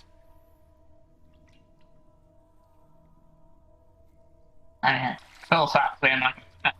Okay. I don't think that. I feel like I forgot what Taiki represented, or whatever her name was. Oh, so what do you guys remember about what you heard about Taiki last session? Out of game, I forgot what exact domain she represented, but like. Yeah, so since Gregory would remember, Taiki was the god of chance, the god of fortune. When she was destroyed, she was split into two gods. Timora, the god of good luck, and Bishaba, the god of ill fortune.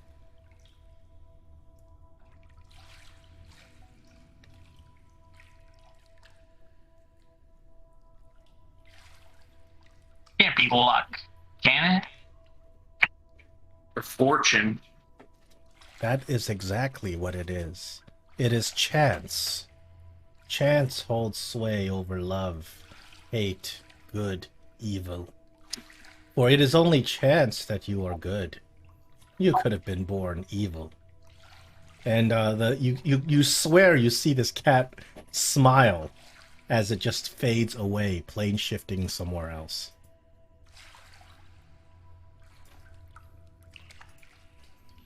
Well, Does it take out the wall force?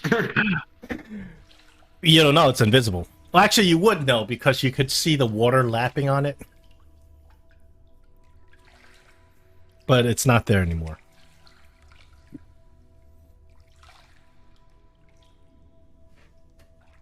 well, Okay, that was quite interesting. well. I'll move up here to the where the three ways go, and I'm going to kind of listen to see if I can hear anything coming distinctly out of more out of each one, or maybe smell fresh air or something, just anything different that differentiates the three different paths. The paths look remarkably similar to you. All three paths are just full of this lapping water. The path directly ahead appears to be a lot more steam coming from the path directly ahead. That's the only difference you can notice. Could mean it's hotter that way, I guess. It's most definitely hotter that way. But you say I can't hear anything except the lapping of the water. Yeah, that's all you hear in this dungeon. Maybe we could use pepper again. Yeah. Olaf. We'll send Pepper down, whatever. Down this corridor about 100 feet or so. So you send Pepper down the right corridor. And I'll see into his eyes and see what he sees. he sees continued lapping water. The corridor goes on and then kind of makes a loose bend to the right.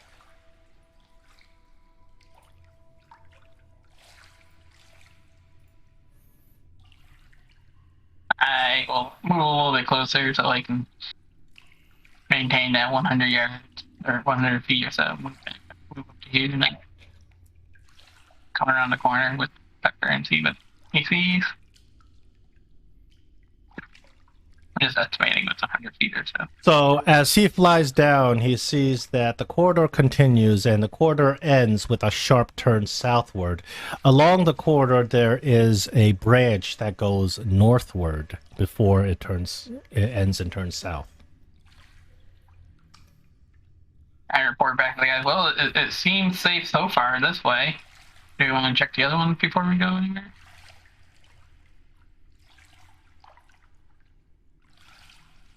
If we come back, we'll come back to the other corner, and I'll come up here. So traveling up the other corner, it continues down until it gently turns to the west, turns a little bit to the left, and then makes a sharp turn north.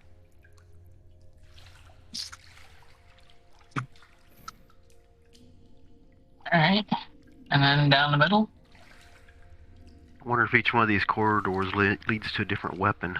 So down the middle ends up being in a rather large room that is covered with water. There's steps rising out of the muck in the far side of the room that is rising up out of the water. This room is full of steam. Pretty hot. Pepper getting a little uncomfortable coming. There's a small little alcove on the way to that room, to the right side. Mm-hmm. Pepper see anything in there? Can't see anything in there. It's just it's mucky. Okay. Alright. Well, guys, we got three options. To the left, center, to the right. Not much can be seen without going a little bit further. I think I like your idea of there's three paths, three weapons. Seems logical. Seems very logical. Explore that little alcove. I mean, it's fairly close. Yeah. We don't have to, keep going north if we don't want to, but we could do that. You're good at finding trips. Okay. You wanna go check it out? Yeah, I'll check it out. Okay, I'll as carefully as possible walk up there. Did you give me my mirror back? I'm assuming. Yep, sure. I'll kind of look around the corner to see if I see anything before I. So it seems like this alcove, the water is a little bit deeper, and you can't really see to the bottom of the water. It's a little bit deeper, and it ends in this little circular kind of room. Anything on the walls? No, the walls are all made out of brick, just like the rest of the dungeon, except this room is more like a spherical. No steps or anything that leads into it, and you say I can't tell how deep it is. You think it's pretty deep. It's not like you judge because the top of it is like a sphere. You think the bottom is also a sphere.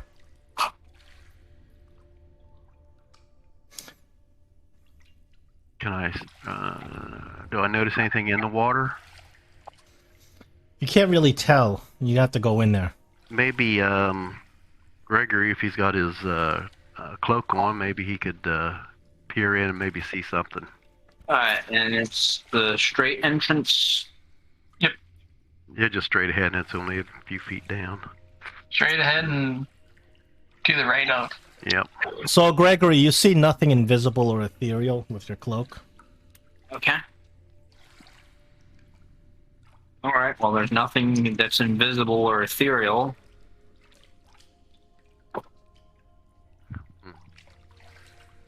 So if we can either poke something in there to see what happens, or just go down one of the other paths, or what do you guys want to do? Give it a poke, see if there's anything in there, I say. Okay, I have a crowbar. You slosh around the crowbar, can't even get to the bottom of the thing. Oh. Being bottomless? Yeah, and does anybody have an old school 10-foot pole? Cayenne used to be a guy who carried those around all the time in his quiver. He used to have all the interesting dungeon stuff. Yeah. Khalil, do you have any poles? Khalil just kind of shrugs. Okay, so I don't have. I need to delete my rope because there wouldn't have been any way I could have got that rope back. Well, It was only 20 feet. You just did a loop around the door. so I got only 30 feet of rope now. Then, so I'm going to tie my grappling hook onto the end of the rope and throw it down into the water. You throw it down into the water, and a grappling hook, you kind of slosh it around. The grappling hook actually grabs onto something. You jiggle it, and then it lets go. So there is something on the bottom of it. It feels hard when you pull on it. So the water, you estimate, is about 10 feet deep. Yeah, so that would mean going under for most of us. You don't have an aquatic wild shape, do you, Gregory? Or do you have a wild shape?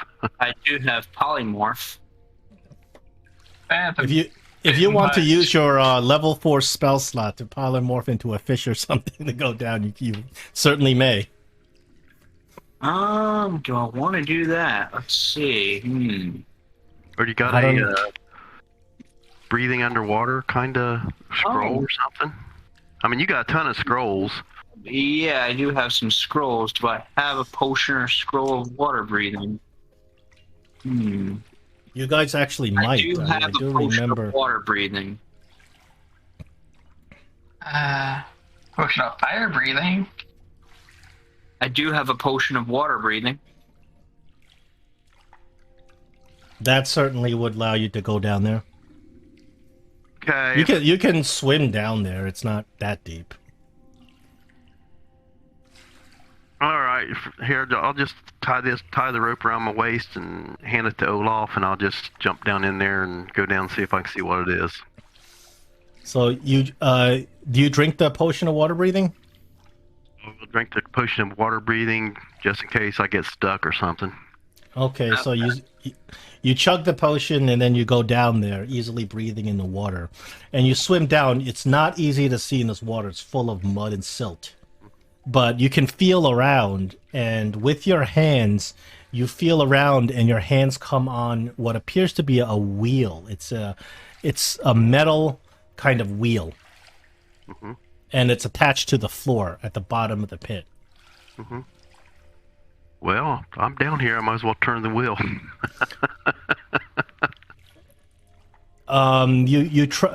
Which way you try to turn the wheel? Let's see. Right, left. Meaning clockwise or counterclockwise? That would be counterclockwise. Roll a strength, athletics. Okay. All right, and it was the potion of water breathing that I had that he drank, right? Yeah.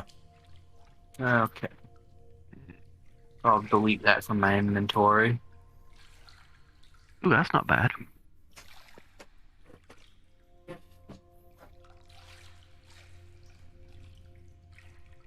Rather strength face tank now. You got another 22, man. Okay. Nice. Yeah, you muscle this you muscle this wheel and turn it several times. And after you turn it, It eventually it stops after you turn it a couple of revolutions. You start feeling like there's something pulling at your feet, like something's pulling the water down. Well, I'm going to go back to the surface and tell them to hold on tight, and then I'm going to go down and pull the wheel like open, like try to see if I can pull it up. I asked Khalil to help me with that, and Gregory to hold on to the rope to. No, you can't. No matter how much you try, though, you can't pull the wheel out of the floor. Is it? But you feel like water is draining. Okay. The whole dungeon, probably. Okay. You feel like this this thing is draining water out. Okay. Well, I think I'll just pop back up and wade up beside the hole with my fellow friends, and we'll see if that if it does drain out. You guys get out, and you realize that the water is a little bit lower. It's going to take a while, but the water's a little bit lower than it was before. At your feet, you notice that the water's kind of the water level is lowering. So you successfully began draining this dungeon. That's good. That'll help us better. It might eliminate some steam, but then it might get hotter in here because the water's not keeping everything cool. Well, we'll find out, won't we? Yeah, we'll find out. All right. The question is, do we trek forward in this pathway?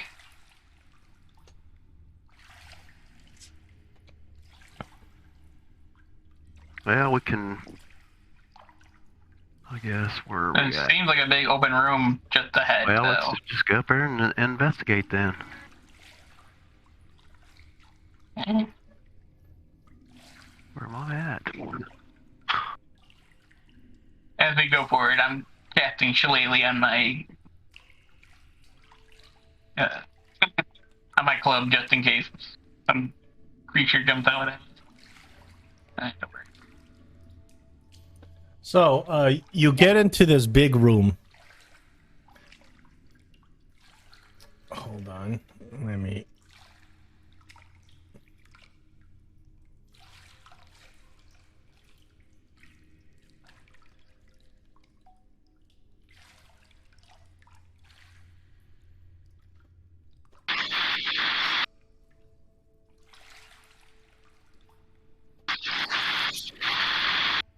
You get into a big room, and most of the area, the area that you're walking on, that's about a foot deep.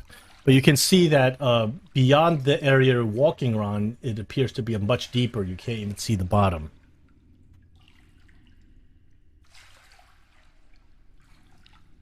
Well, can I see anything in here on the walls or on the ceiling or across? Anything the walls are pretty bare.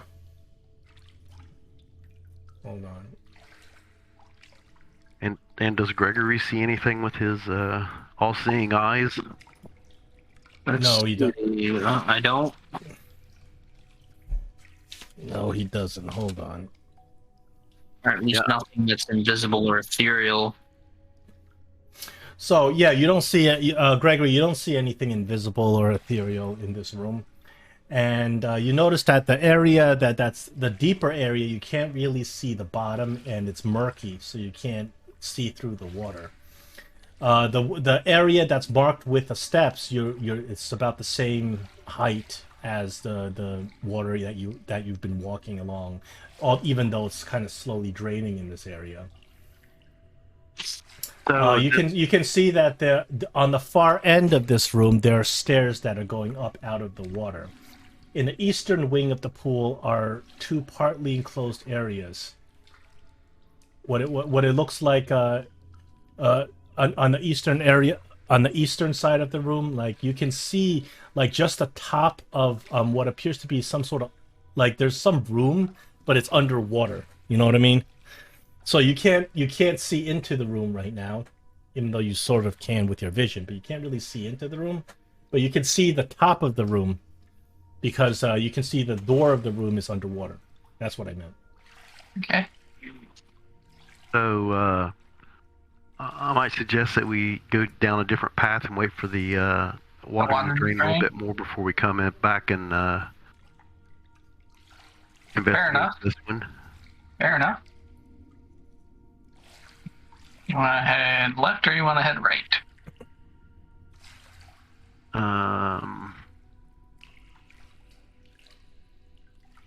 I guess head west. All right. Good as anything. Yep.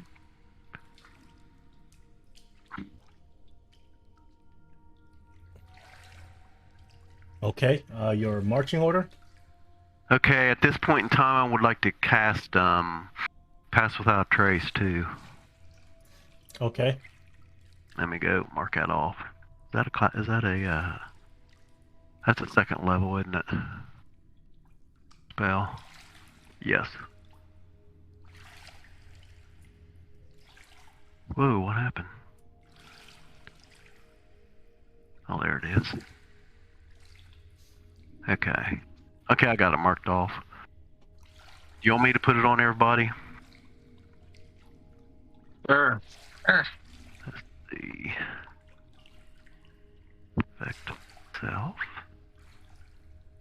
Pass without a trace for Olaf. Can you cast? How many can you cast it on? It's everybody within a 30-foot radius of me. We have to stay within 30 feet of you. Yes, Okay. I believe. Leo.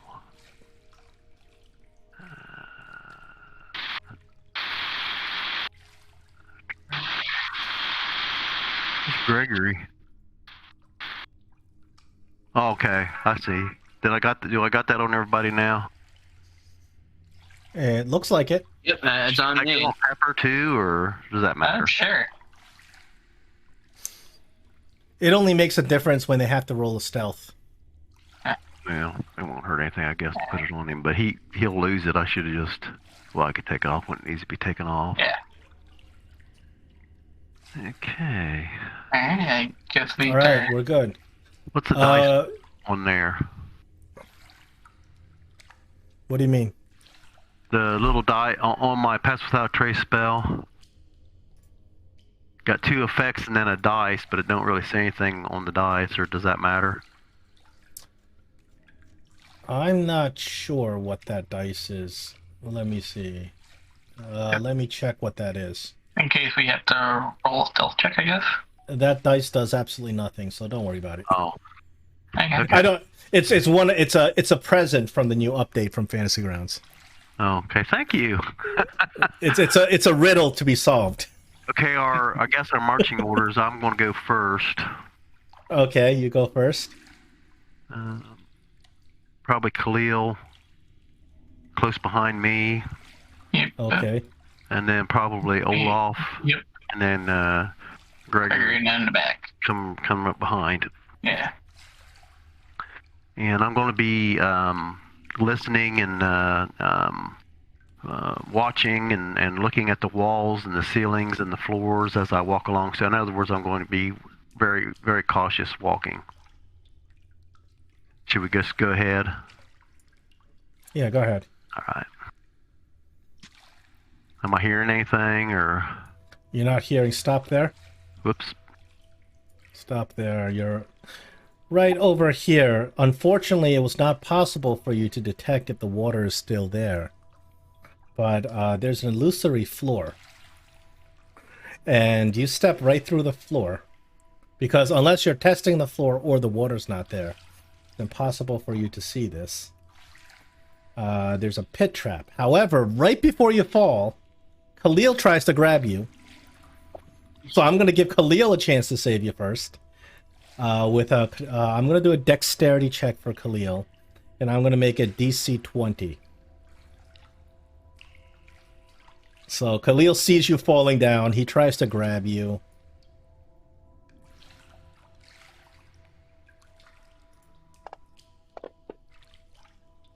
Khalil unfortunately misses you. That's a hard. That is a hard DC. Yeah, I'd say. Well, the traps DC is pretty hard as well. Okay. Okay, now you get a dexterity saving throw to catch yourself. Okay. DC is also 20. Should it be dexterity or like acrobatics? It's a saving throw. It's a saving throw. It's not a skill check. Yeah. My bad. Khalil's was more like a straight dexterity check. Okay. Okay. You want this in the tower?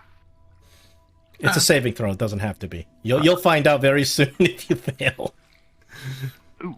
Oh my goodness! It is your lucky day.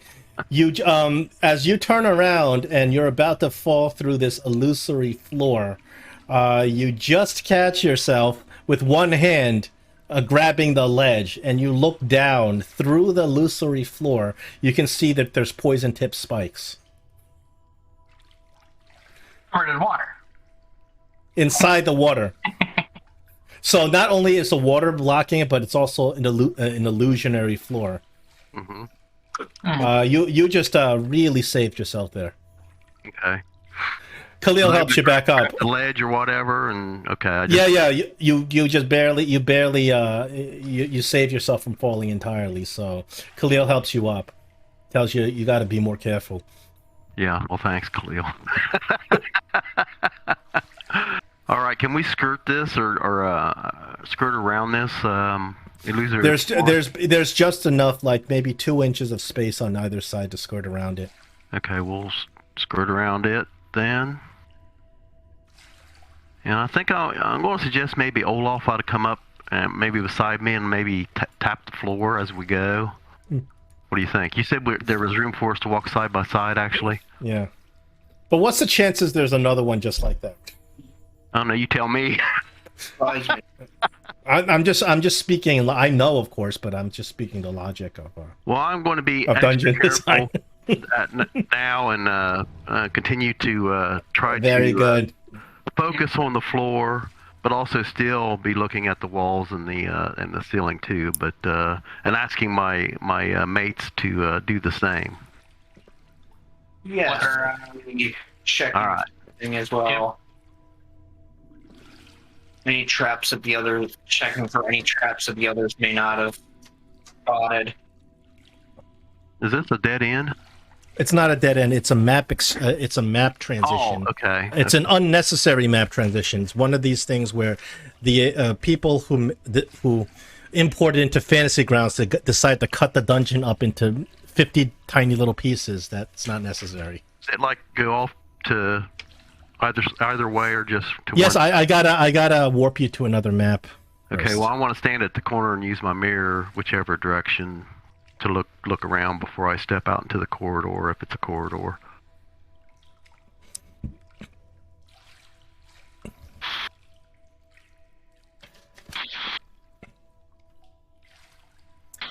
All right. That's kind of awesome. So Percentage let- there. Sorry. yeah, percentage dice is a good addition, Mm-hmm. but with all the bad additions, it's kind of the trade-off's not. I'd Yeah. rather have the old version of Fantasy Grounds. Trade-off's simply not worth it. Okay, we're going map transition. Let me warp you into a new map.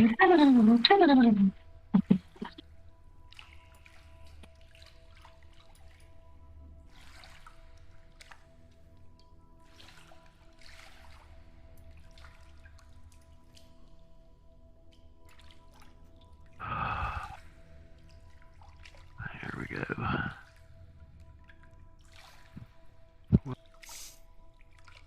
In the meantime, I'll tap Gray on the shoulder and I say, keep up the good work, and I'm going to cast guidance on him in case he needs to do it. Very helpful. So great. You said you want to look inside that side viewing mirror. So you come up to this corner over here, and you peer into the side viewing mirror, and what you see is another long corridor going down. The corridor ranges over like 80 to 100 feet. Hold on. What's the blue on the map? Now, there's the blue is some other character's dark vision, or because dark vision shows up in blue. So if there's some light, it's showing in the normal color. If it's tremor sense or dark vision, you know what it is? It's Pepper. Pepper's tremor vision, or not tremor vision, echolocation, which is similar to tremor vision, not tremor vision or whatever.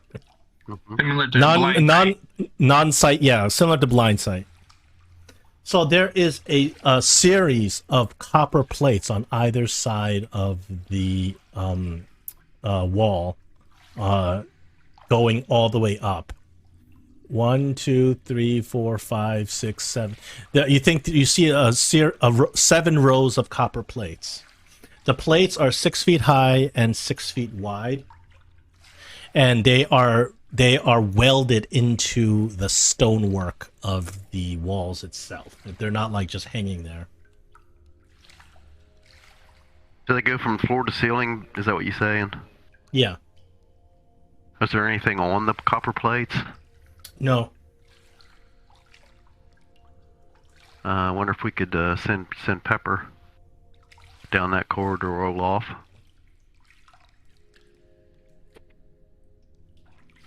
Okay. Before we send Pepper down, Is Pepper ready to turn to Mr. What's that guy's name from Watchmen? He was putting Pepper in the copper plates too. Oh. He got vaporized. Oh, that's not good. I'm not saying that's gonna happen. I was gonna say, how about we like throw a rock down there and see if anything happens to the rock? Okay, you throw a rock. Yeah. You take a rock or whatever object and you throw it down there.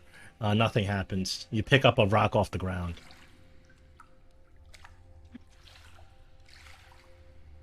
How about if I throw a metal piton and purposefully hit the copper plates? You throw a metal piton, bang! It sticks to the copper plate. Ah. Ooh. Magnetic copper plates. Interesting. I guess be careful when going through there with the weapons. If you throw just a rock at the copper plate, does it also stick? No. So it's just metal. It's just metal objects that stick. So these copper plates have some kind of magnetic energy to them that they attract metal.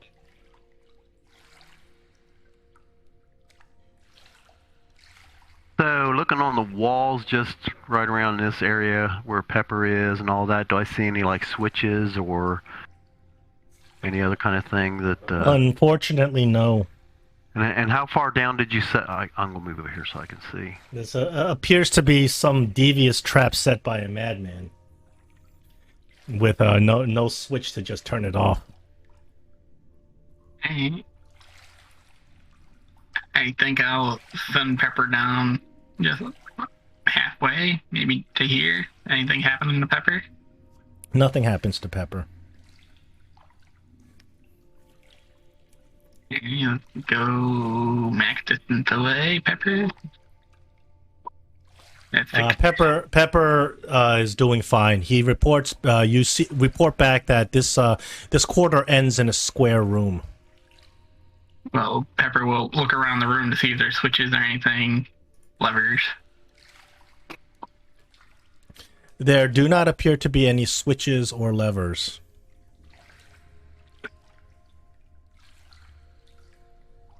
Hey. Seems clear, guys, except for these metal plates. Actually, here. Pepper may do a perception check as well. See if he can notice anything else in this room. Check. Well, I'm looking through his eyes with my eyes, so I don't know if that. It still has to be. It still has to be his perception. Yeah. Where's the tower? Hang on. Like what you see is only like a feed from him, I guess. So Yeah. he starts to use his perception.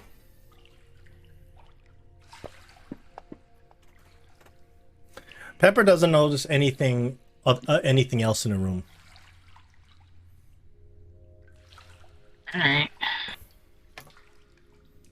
Pepper doesn't see anything, but I don't know how we would get past these copper plates with all our metal stuff, guys. You got anything that's kind of that you wouldn't mind losing? That's metal that you could just stick on that plate right in front of you, Olaf, and see how easy or hard it is to get it back off. Yeah, Like a knife or a... yeah, I got a dagger I can put out there. I reach out with a dagger towards the metal plate. The metal plate instantly magnetizes a dagger. It sticks to it, and you can pull it off. It takes a lot of effort.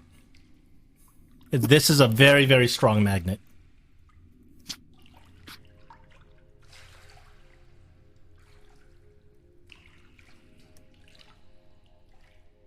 So that dagger is magnetized now. Try it on the other side. I wonder if they're like polar opposites. Like one side repels and one side... I don't know. I don't know. When it draws. The other side, you get the same effect. Well,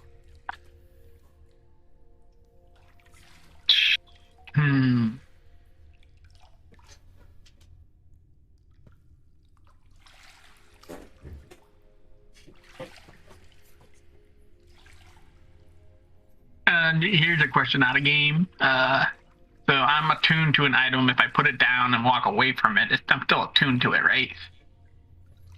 Yeah. Okay. Yeah, there's no rules about your distance from your tuned items, so that's no reason you wouldn't be. I would say if it like left the plane or something, you know, obviously maybe you lose your attunement, but there's no reason you can't put something down. What are you gonna try, Olaf? Well, look. I guess one person could take all the metal off of them, and If I'm gonna say take all the metal off and everything, I mean I can. For the most part, I don't really use any metal weapons. okay. I will ready a my bow and arrow. I got him. So Olaf, what are you putting down? Your You need to put down everything metal. yeah. So you have a huge bag. You have a lot of stuff in your inventory. I know. So Well, most of the stuff is in a bag Yeah, of holding. So, Bag of holding, yeah. yeah, I see that. and You got John's broken chainmail. in the bag of holding. Well, I'm not gonna bring. It could just be that Pepper's not seeing everything in the room. That. Yeah, it's So I unfortunately when I ask to roll perception checks, sometimes that gives things away. When the DM asks to roll, and there's no real unless I do a behind the screen perception, which I'm too lazy to do right now with all the other stuff going on. Nah, it's just But you guys would see the dice roll. You just see a shadow dice rolling. I'm still gonna bring my wooden club, which is also like my arcane focus with me. So I'm out. I said, all right, I'll take everything off. My studded leather. Right, that's gonna have lots of metal in it.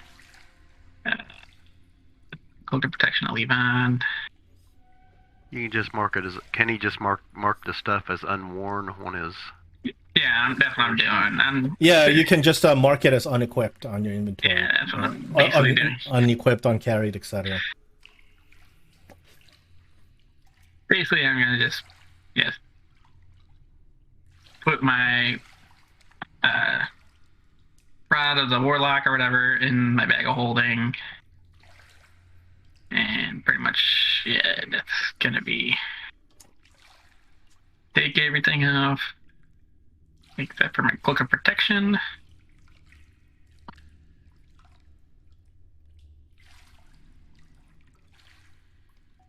And take my I'll basically take everything off, put it in the bag of holding, leave it here. I'm like, all right, guys, I'll be right back, hopefully. And I'll slowly make my way, tapping the floor in front of me with my foot, make sure like it's nothing gonna drop out in front of me, That's a good idea. and really poking it with my club. Without any metal on your person, you walk through. You don't notice anything different. Out of game, I'm curious, how is copper magnetic? Copper isn't really magnetic. Yes, it is. If you run, Ever heard of copper wires? I'm not sure. Oh, there's copper wires is fine. It can create a magnetic field when it's coiled out. But anyway, Yeah, you can't pick copper up with a magnet. yeah. That's true. That's true. It is Maybe they should have said they should have said iron. But you know what? Whoever made this dungeon was trying to impress Gary Gygax. So Yeah. keep that in mind. This dungeon, no, really, it was. This dungeon was entered in a contest. Oh wow! To try to impress Gary Gygax. I'm not saying Apparently, it did. It did impress Gary Gygax, and you're about to find out right now why. Because we're rolling initiative the minute you enter this room. Pepper didn't see anything in here. No, unfortunately, Pepper did not see the secret door that slides open just as you enter the room. With very unfortunately, this is going to be a surprise. Oh, obviously, Pepper didn't see anything. I wouldn't expect to see anything in here right away. So, initiative. No, it was too difficult for Pepper to see.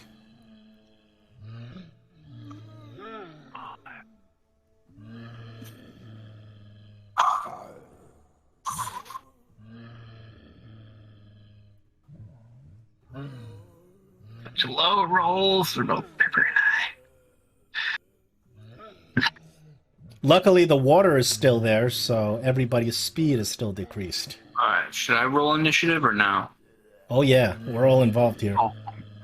Khalil needs to get in on this too. Unfortunately, this is going to be a surprise because these ghouls were packed in front of the secret door, just waiting for somebody to get into this room while they're ambushed. These mindless undead are programmed to do nothing but just chase down the living and eat their brains. Can we see them? Olaf can. I don't think you can. Oh. I wish I threw my leather on. One, My spirit leather two. armor ahead. 3. He moves 15 feet. Just He run gets back. he gets you by surprise.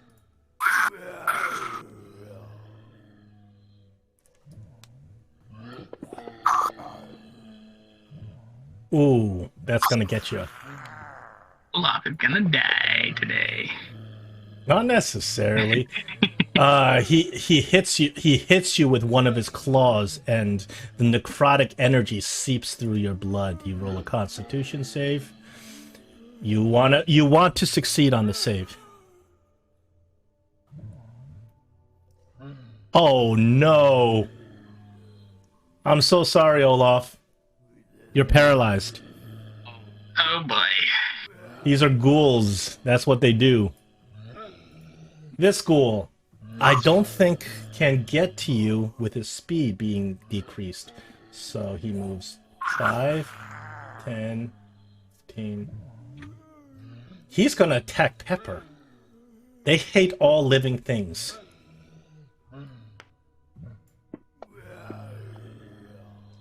He misses Pepper. Duck and weave, Pepper. Pepper does a bob and weave.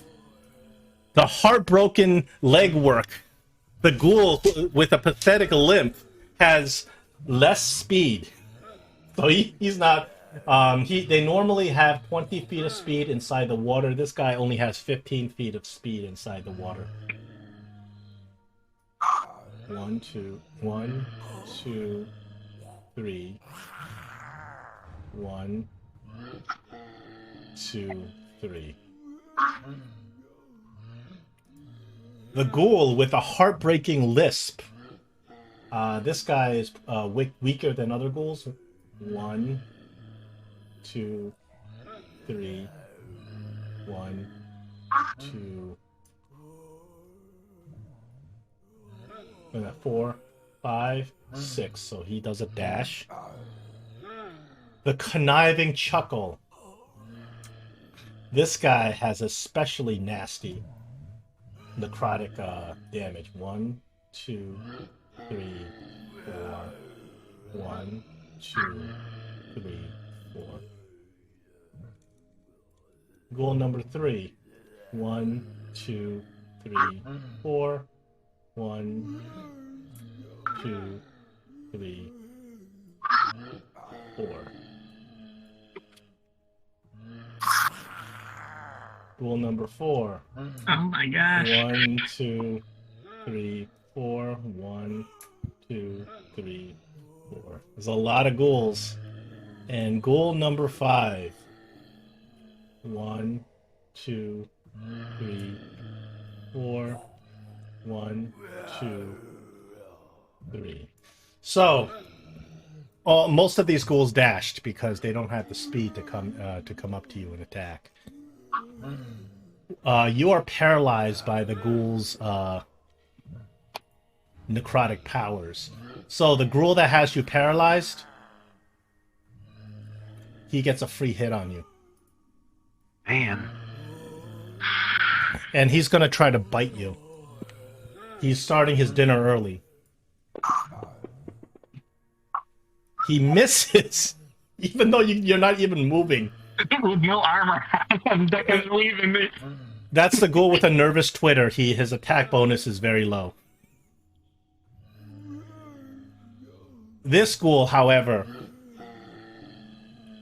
is going to... Actually, you know what? He is closer to Pepper. I think he wants to bite Pepper. Second wee, Pepper. Mrs. Pepper.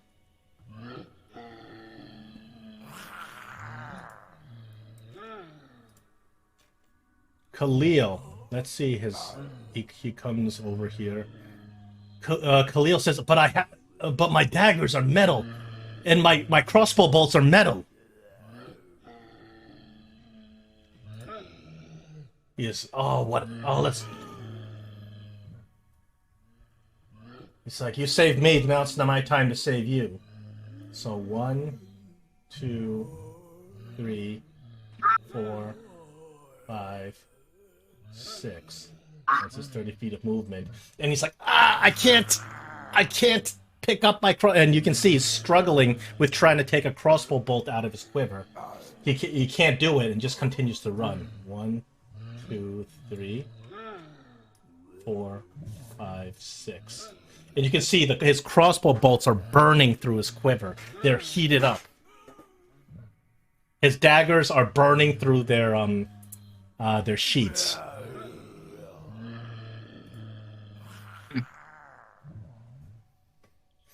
This ghoul actually does not even have the space. So, but these are ghouls, so they're not going to be very smart about combat. So he's going to actually squeeze with this other ghoul over here, and when you squeeze, you get a horrible -5 bonus to your attack.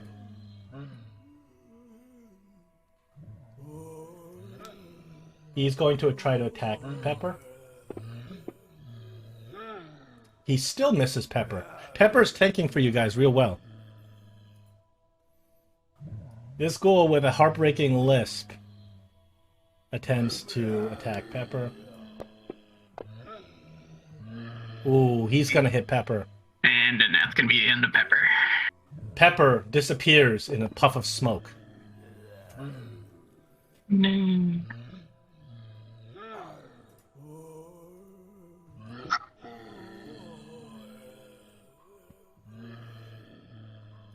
The ghoul with a conniving chuckle makes his way over.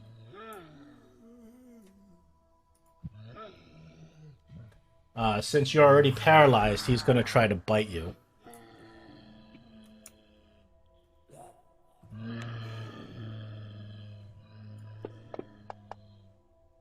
He has no one targeted.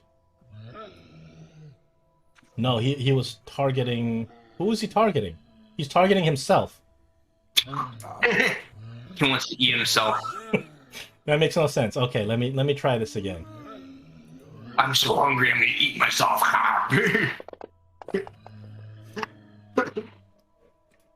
That one is going to land on you, I believe. Yes, he does.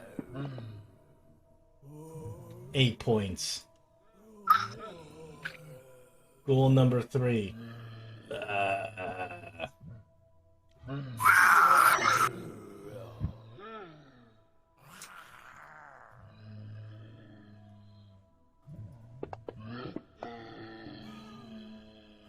That one misses. Did you take off your studded leather armor? I took it off. He did. You didn't have to, but you did. Well, it's studded. Oh, that's true. That's true. It's got metal on it. I forgot about that. Mhm. No, you're kind Wonder of. if, like, it would either take his armor off, it would rip his armor off of him, or it would rip the studs off. Then it would become regular leather armor, I Yeah. guess. Gray, it's your turn. Okay, I got a question. What's your I question? have a dust of disappearance. How close would I have to get to throw that on Olaf?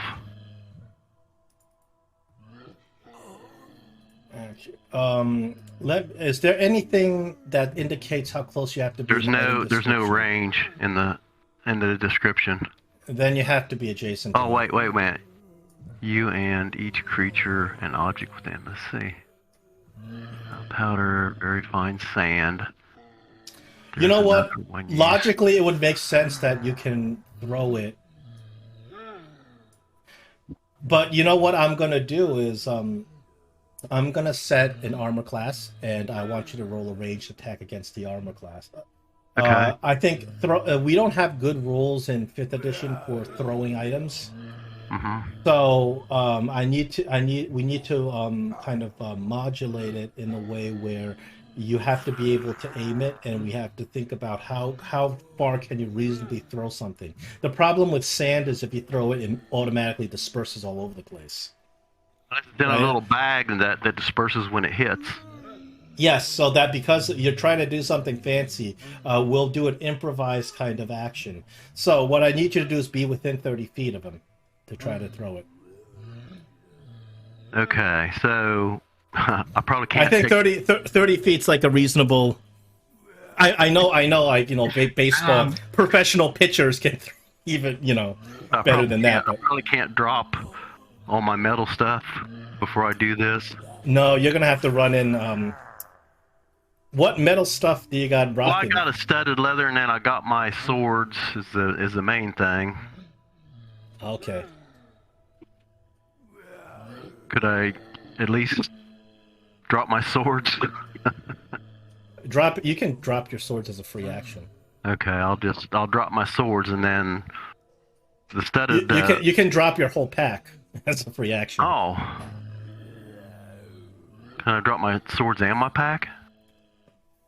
Yeah.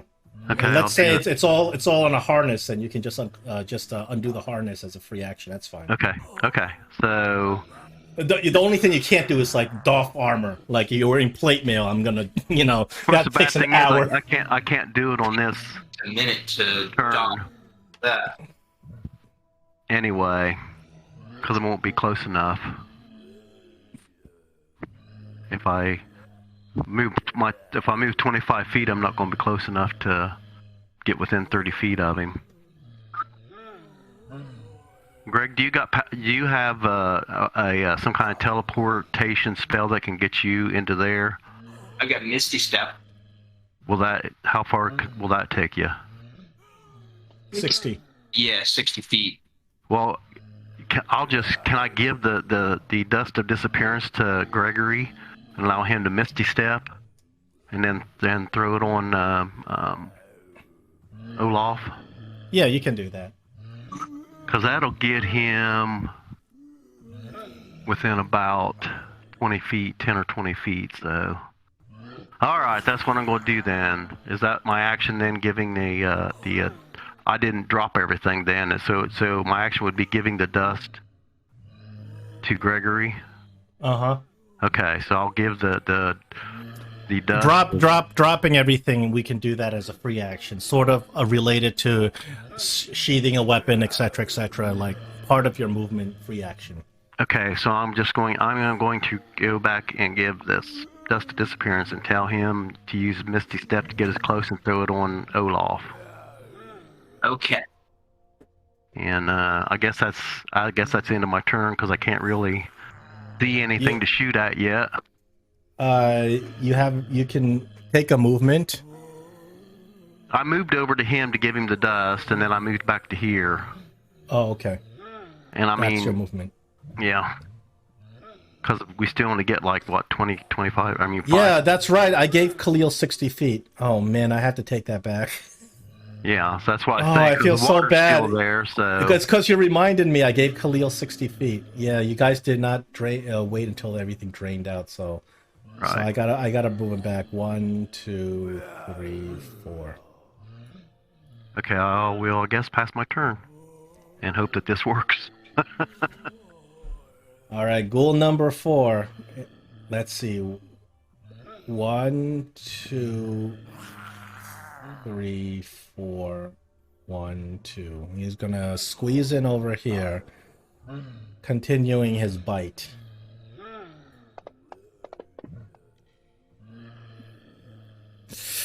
Ooh, Olaf.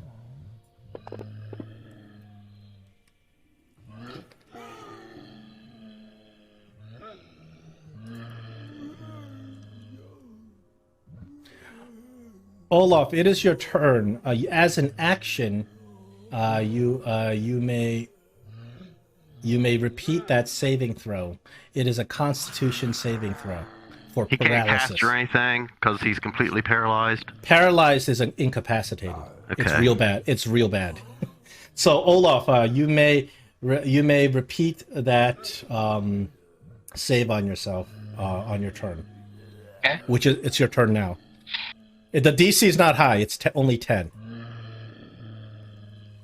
Olaf, you shake off the ghoul paralysis.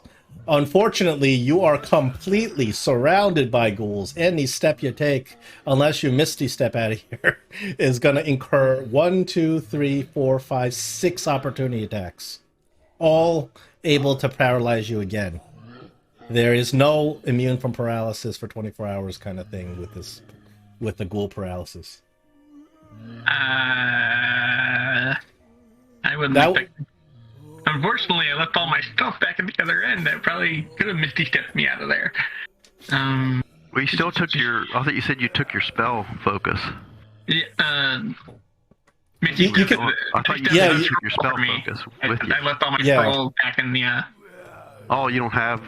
Oh, I thought you had Misty Step as a spell. Nope. What am I doing? Yeah.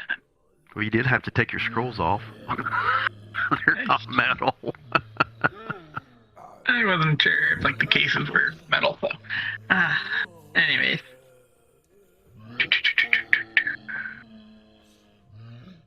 I'm sorry. You have your action. That save was not your action. Okay. No, that's not. It's not that bad.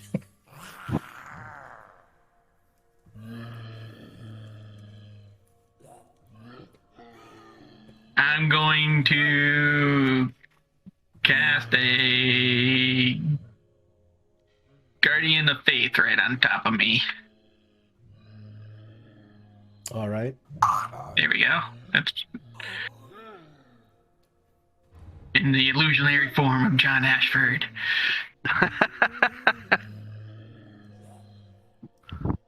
Does this come into effect immediately or when they start their turns? That's what I'm just double checking.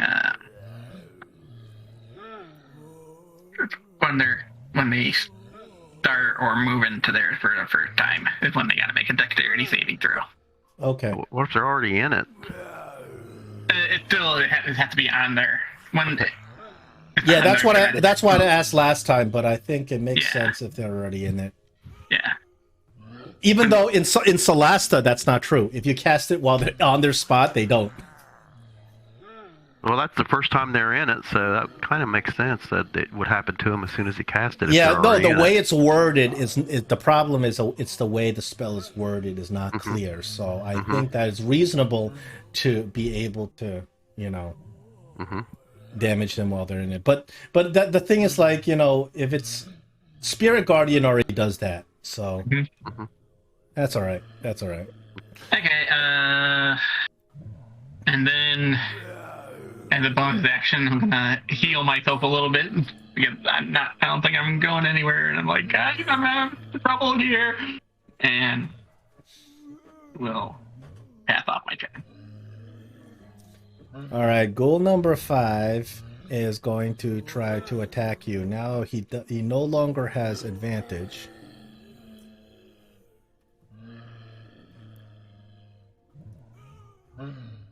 But he's going to use his claws to try. Can you take off the paralyzed condition off of me? Yes. Because it wouldn't let me heal because I was petrified.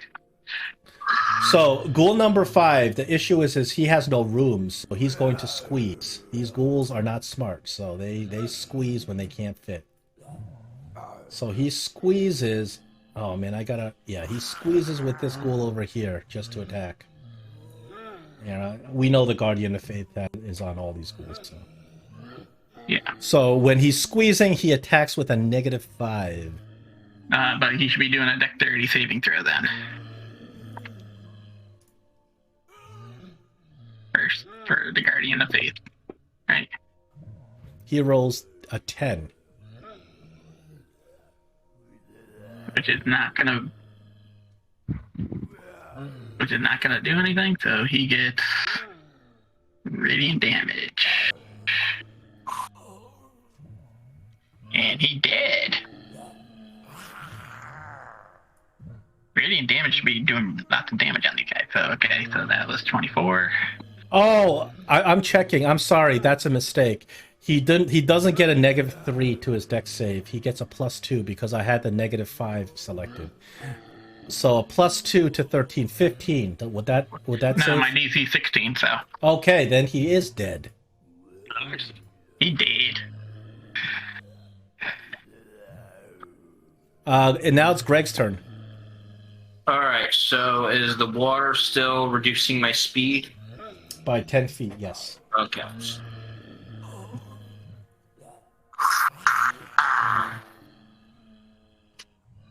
You just come and stand by me and cast your spell. Let's find out the distance between me and Olaf. Was it 5, 10, 15. Yeah, it'd be about your.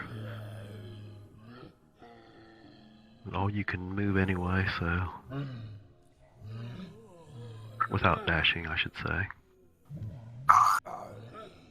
Now, if this hits Olaf, then all creatures within 10 feet become invisible. I'm sure. So that is going to include the ghouls too, but... Is there a way I can figure out the distance between me and Olaf? Yeah, you just double hit both mouse buttons at the same time, and then... If you target me, it will... Yeah. Okay, 75 feet, so I'm a little far for a Misty Step to get to you. I know, but you just need to get within... closer. If you can think of something else, that's fine. I was gonna say, like, how far can I throw the dust of disappearance? 30 feet is what he told me, and I think he'll be within 20 feet. In that case, if that's right, John, that's what I thought you told me. Yeah. I mean, it makes sense to me. Okay.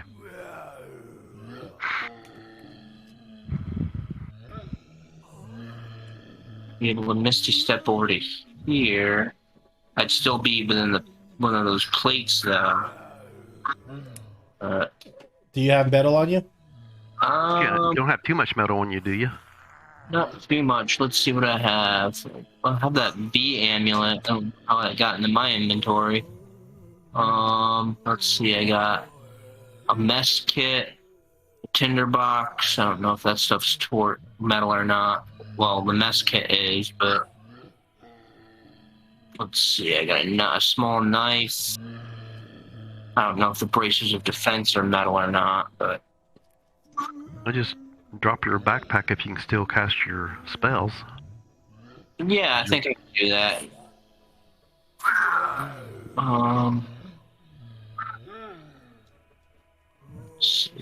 Yeah, I can put down the backpack and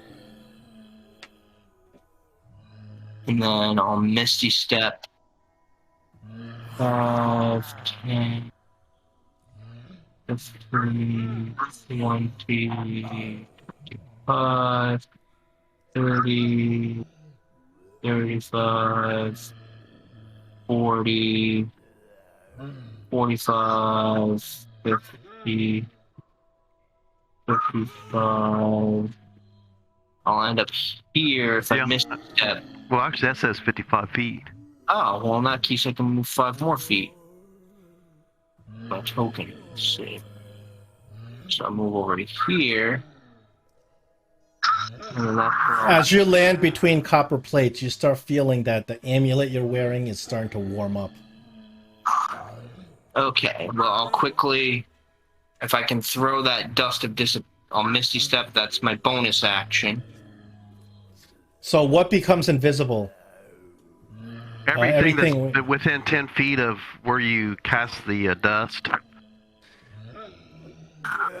So Gregory, if he's within 10 feet, he would become invisible too. Everything here will become invisible if you throw it. Well, but as soon as they attack or try to cast, it's like invisibility. As soon as they try to attack or cast a spell, they'll become visible again. Yeah. But it lasts 2 dice, 4 minutes. All right, Gregory, you tossing that dust? Yes. Are you tossing it at Olaf? In a way that... How close is Gregory? Is he within 10 feet? Within 10 feet of him. Then he could just cast it up in the air and he wouldn't have to do a roll, and then he would also get Gregory and Yeah, I'm 10 feet, I'm 10 feet away from Olaf and one of the ghouls. Okay, Olaf, Ghoul 4, and Nervous Twitter Ghoul. Nervous Titter Ghoul. Those are the ones Gregory too. Yeah, plus Gregory.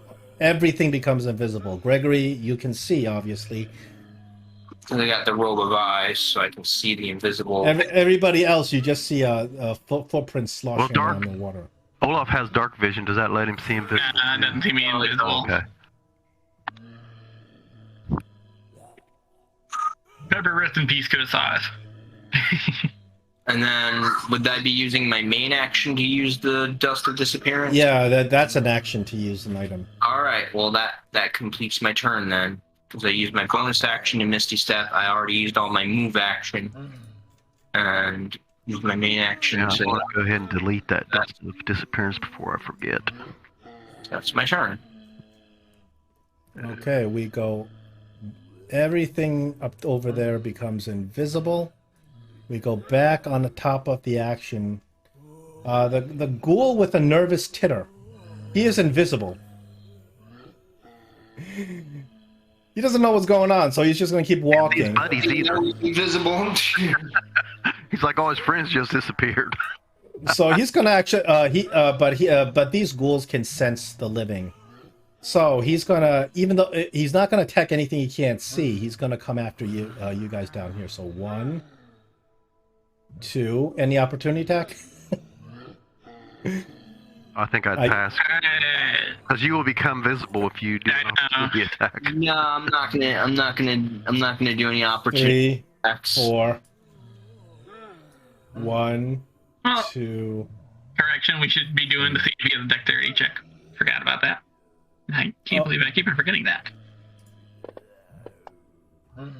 Okay, he fails. Failure. And now you roll his damage. He might die. He's gonna die. All right. I can only do that one more time, so... Yeah, I have to read up on the rules of this spell, because this might be a little bit too powerful for what's doing for the level that it is. Which Because spell? it's hitting... The spell that's killing all these ghouls. I gotta go to the contendum because of the way the spell is worded is bizarre. Ghoul number 2, roll a dexterity. We'll do it next. If I do change the rule, I'll do it next game, not this game. Okay. Ghoul number 2, roll his dex. 17. So he succeeds. So he should only take half damage. It's half damage. That's 12? Yes, that'd be 12. Oh, wait a second. I think we both added 12. Because doing that much damage on that many enemies may be a little bit too much for the intention of the spell. And it's done, so 1, 2... 60 minus 24 minus 24 equals... 1, 2, 3... Okay. Minus 12, that Guardian Faith is done. After that, that's it, so. Alright, it's Khalil's turn, and he is going to attack this ghoul with his scimitar. Oh, his scimitar is really heated, so he attacks with disadvantage. Whoops. Hold on, let me attack one more time to see, because he has disadvantage. That's gonna hit anyway. So he's having a lot of trouble kind of maneuvering his scimitar, but he does manage to swing it over to hit it. He does some damage. The ghoul is immune to any sort of poisoning on his scimitar. The ghoul with heartbroken legwork can't move very fast. 1, 2, 3. 1, 2, 3. He moves over here.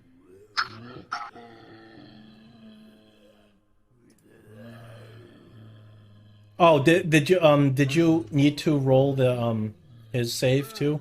No. Guardian Faith is done once it hits 60 points, so that. Oh, I see. Not like.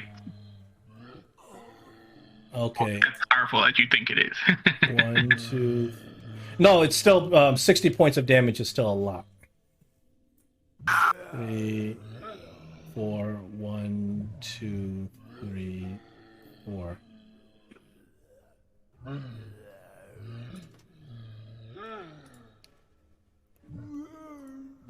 Conniving Chucko. 1, 2, 3, 4. I'm assuming you're just kind of like dodging side by side as these ghouls run past you, right? If you stand in their way, they'll bump into you and they might attack. Yeah, he's dodging. 1, 2. 3, 1, 2, 3, 4. 1. I don't think you can move beyond that spot. Hold on, let me. Something's up with the positioning of these tokens. There we go. Gray, it's your turn. Okay. Hunter's Mark should still be in effect. Lasts for an hour, so that's correct, right? Yeah. Okay, so I'll move Hunter's Mark to ghoul number 2. He's right in front of me, more or less. I should be able to see him now, right? Yeah, I can see. Yeah, you can see down this corridor. Okay, so, and I should get sneak attack since Khalil is standing beside him. So here goes. Ghoul number 2. You shoot your arrow, it immediately sticks to a copper plate. Well, that's no fun. You have to shoot it right down the center so that the copper plates fight it, and they still go through the center because. Or the arrow will just levitate. Yeah. Railgun. Pew! Well, there's no sense in taking a second attack. Do I got anything I can do? That would make sense, but you're assuming that magnetic fields are equal on each side, so maybe they weave in and out. Who knows? It's hard. It's hard when you apply real physics to like D&D. No, unfortunately, arrows and crossbow bolts, because of their metal tip. Okay, what When if you I break the head off the arrows and shoot it at the ghouls? Will it still do damage? It'll cost you like an action to break off an arrowhead, I would think.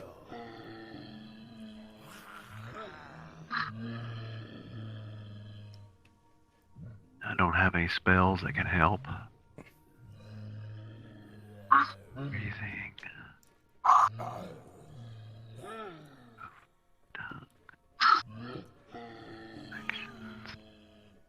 You see, Khalil is he's still wielding his scimitar. He's just having a lot of difficulty doing it. Well, then I'm gonna just drop everything except my flame tongue.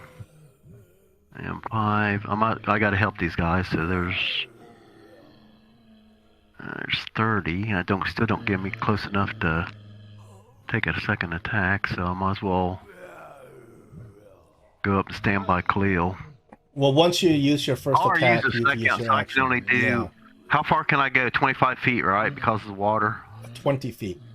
20 feet. So I'll just go ahead and move up to there then. 5, 10, 15, 20, 20. Oh, I wish there was something I could do else, but Yeah. Ghoul number 4. did you pass me? You already passed for me. Okay. Oh, did you have something else? No, that was all I had. That's all I could do, really. 1, 2, 3, 4. As he walked away, Actually, I could have done something. Oh, you want to opportunity attack him? I'll opportunity attack him. Okay, you phase into visibility and opportunity attack him. You may have advantage for coming out of invisibility. And I'm going to bonus action Shillelagh, then Green Flame Blade him. So we're gonna do the weapon normal attack. I'm glad I got Signscape turned back on. That makes it a whole lot better. I kind of forgot about it until you mentioned it. That's a hit with your shillelagh. Unfortunately, there's no other creature next to him, so unfortunately, that's gonna be it.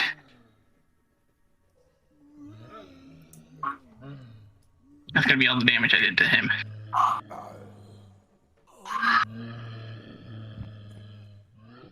But after he does his movement and he realizes he got hit and you show up, you are now the closest living thing he can see. So he moves back. 1, 2, 3. Now it's your turn, Olaf. Okay, I am going to build up a bunch of arcane energy and cast a shatter on top of all that big grouping of creatures that are right there. All right, you got the space to not hit your allies? I sure hope I do. Spell token. Shoot. Of course, the spell token is broken. What's the radius on it again? 10-foot radius. So yeah. Perfect. I can capture all 5 of those without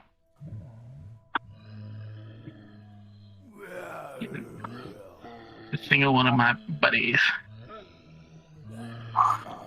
And a thunderous crash comes flying down on them.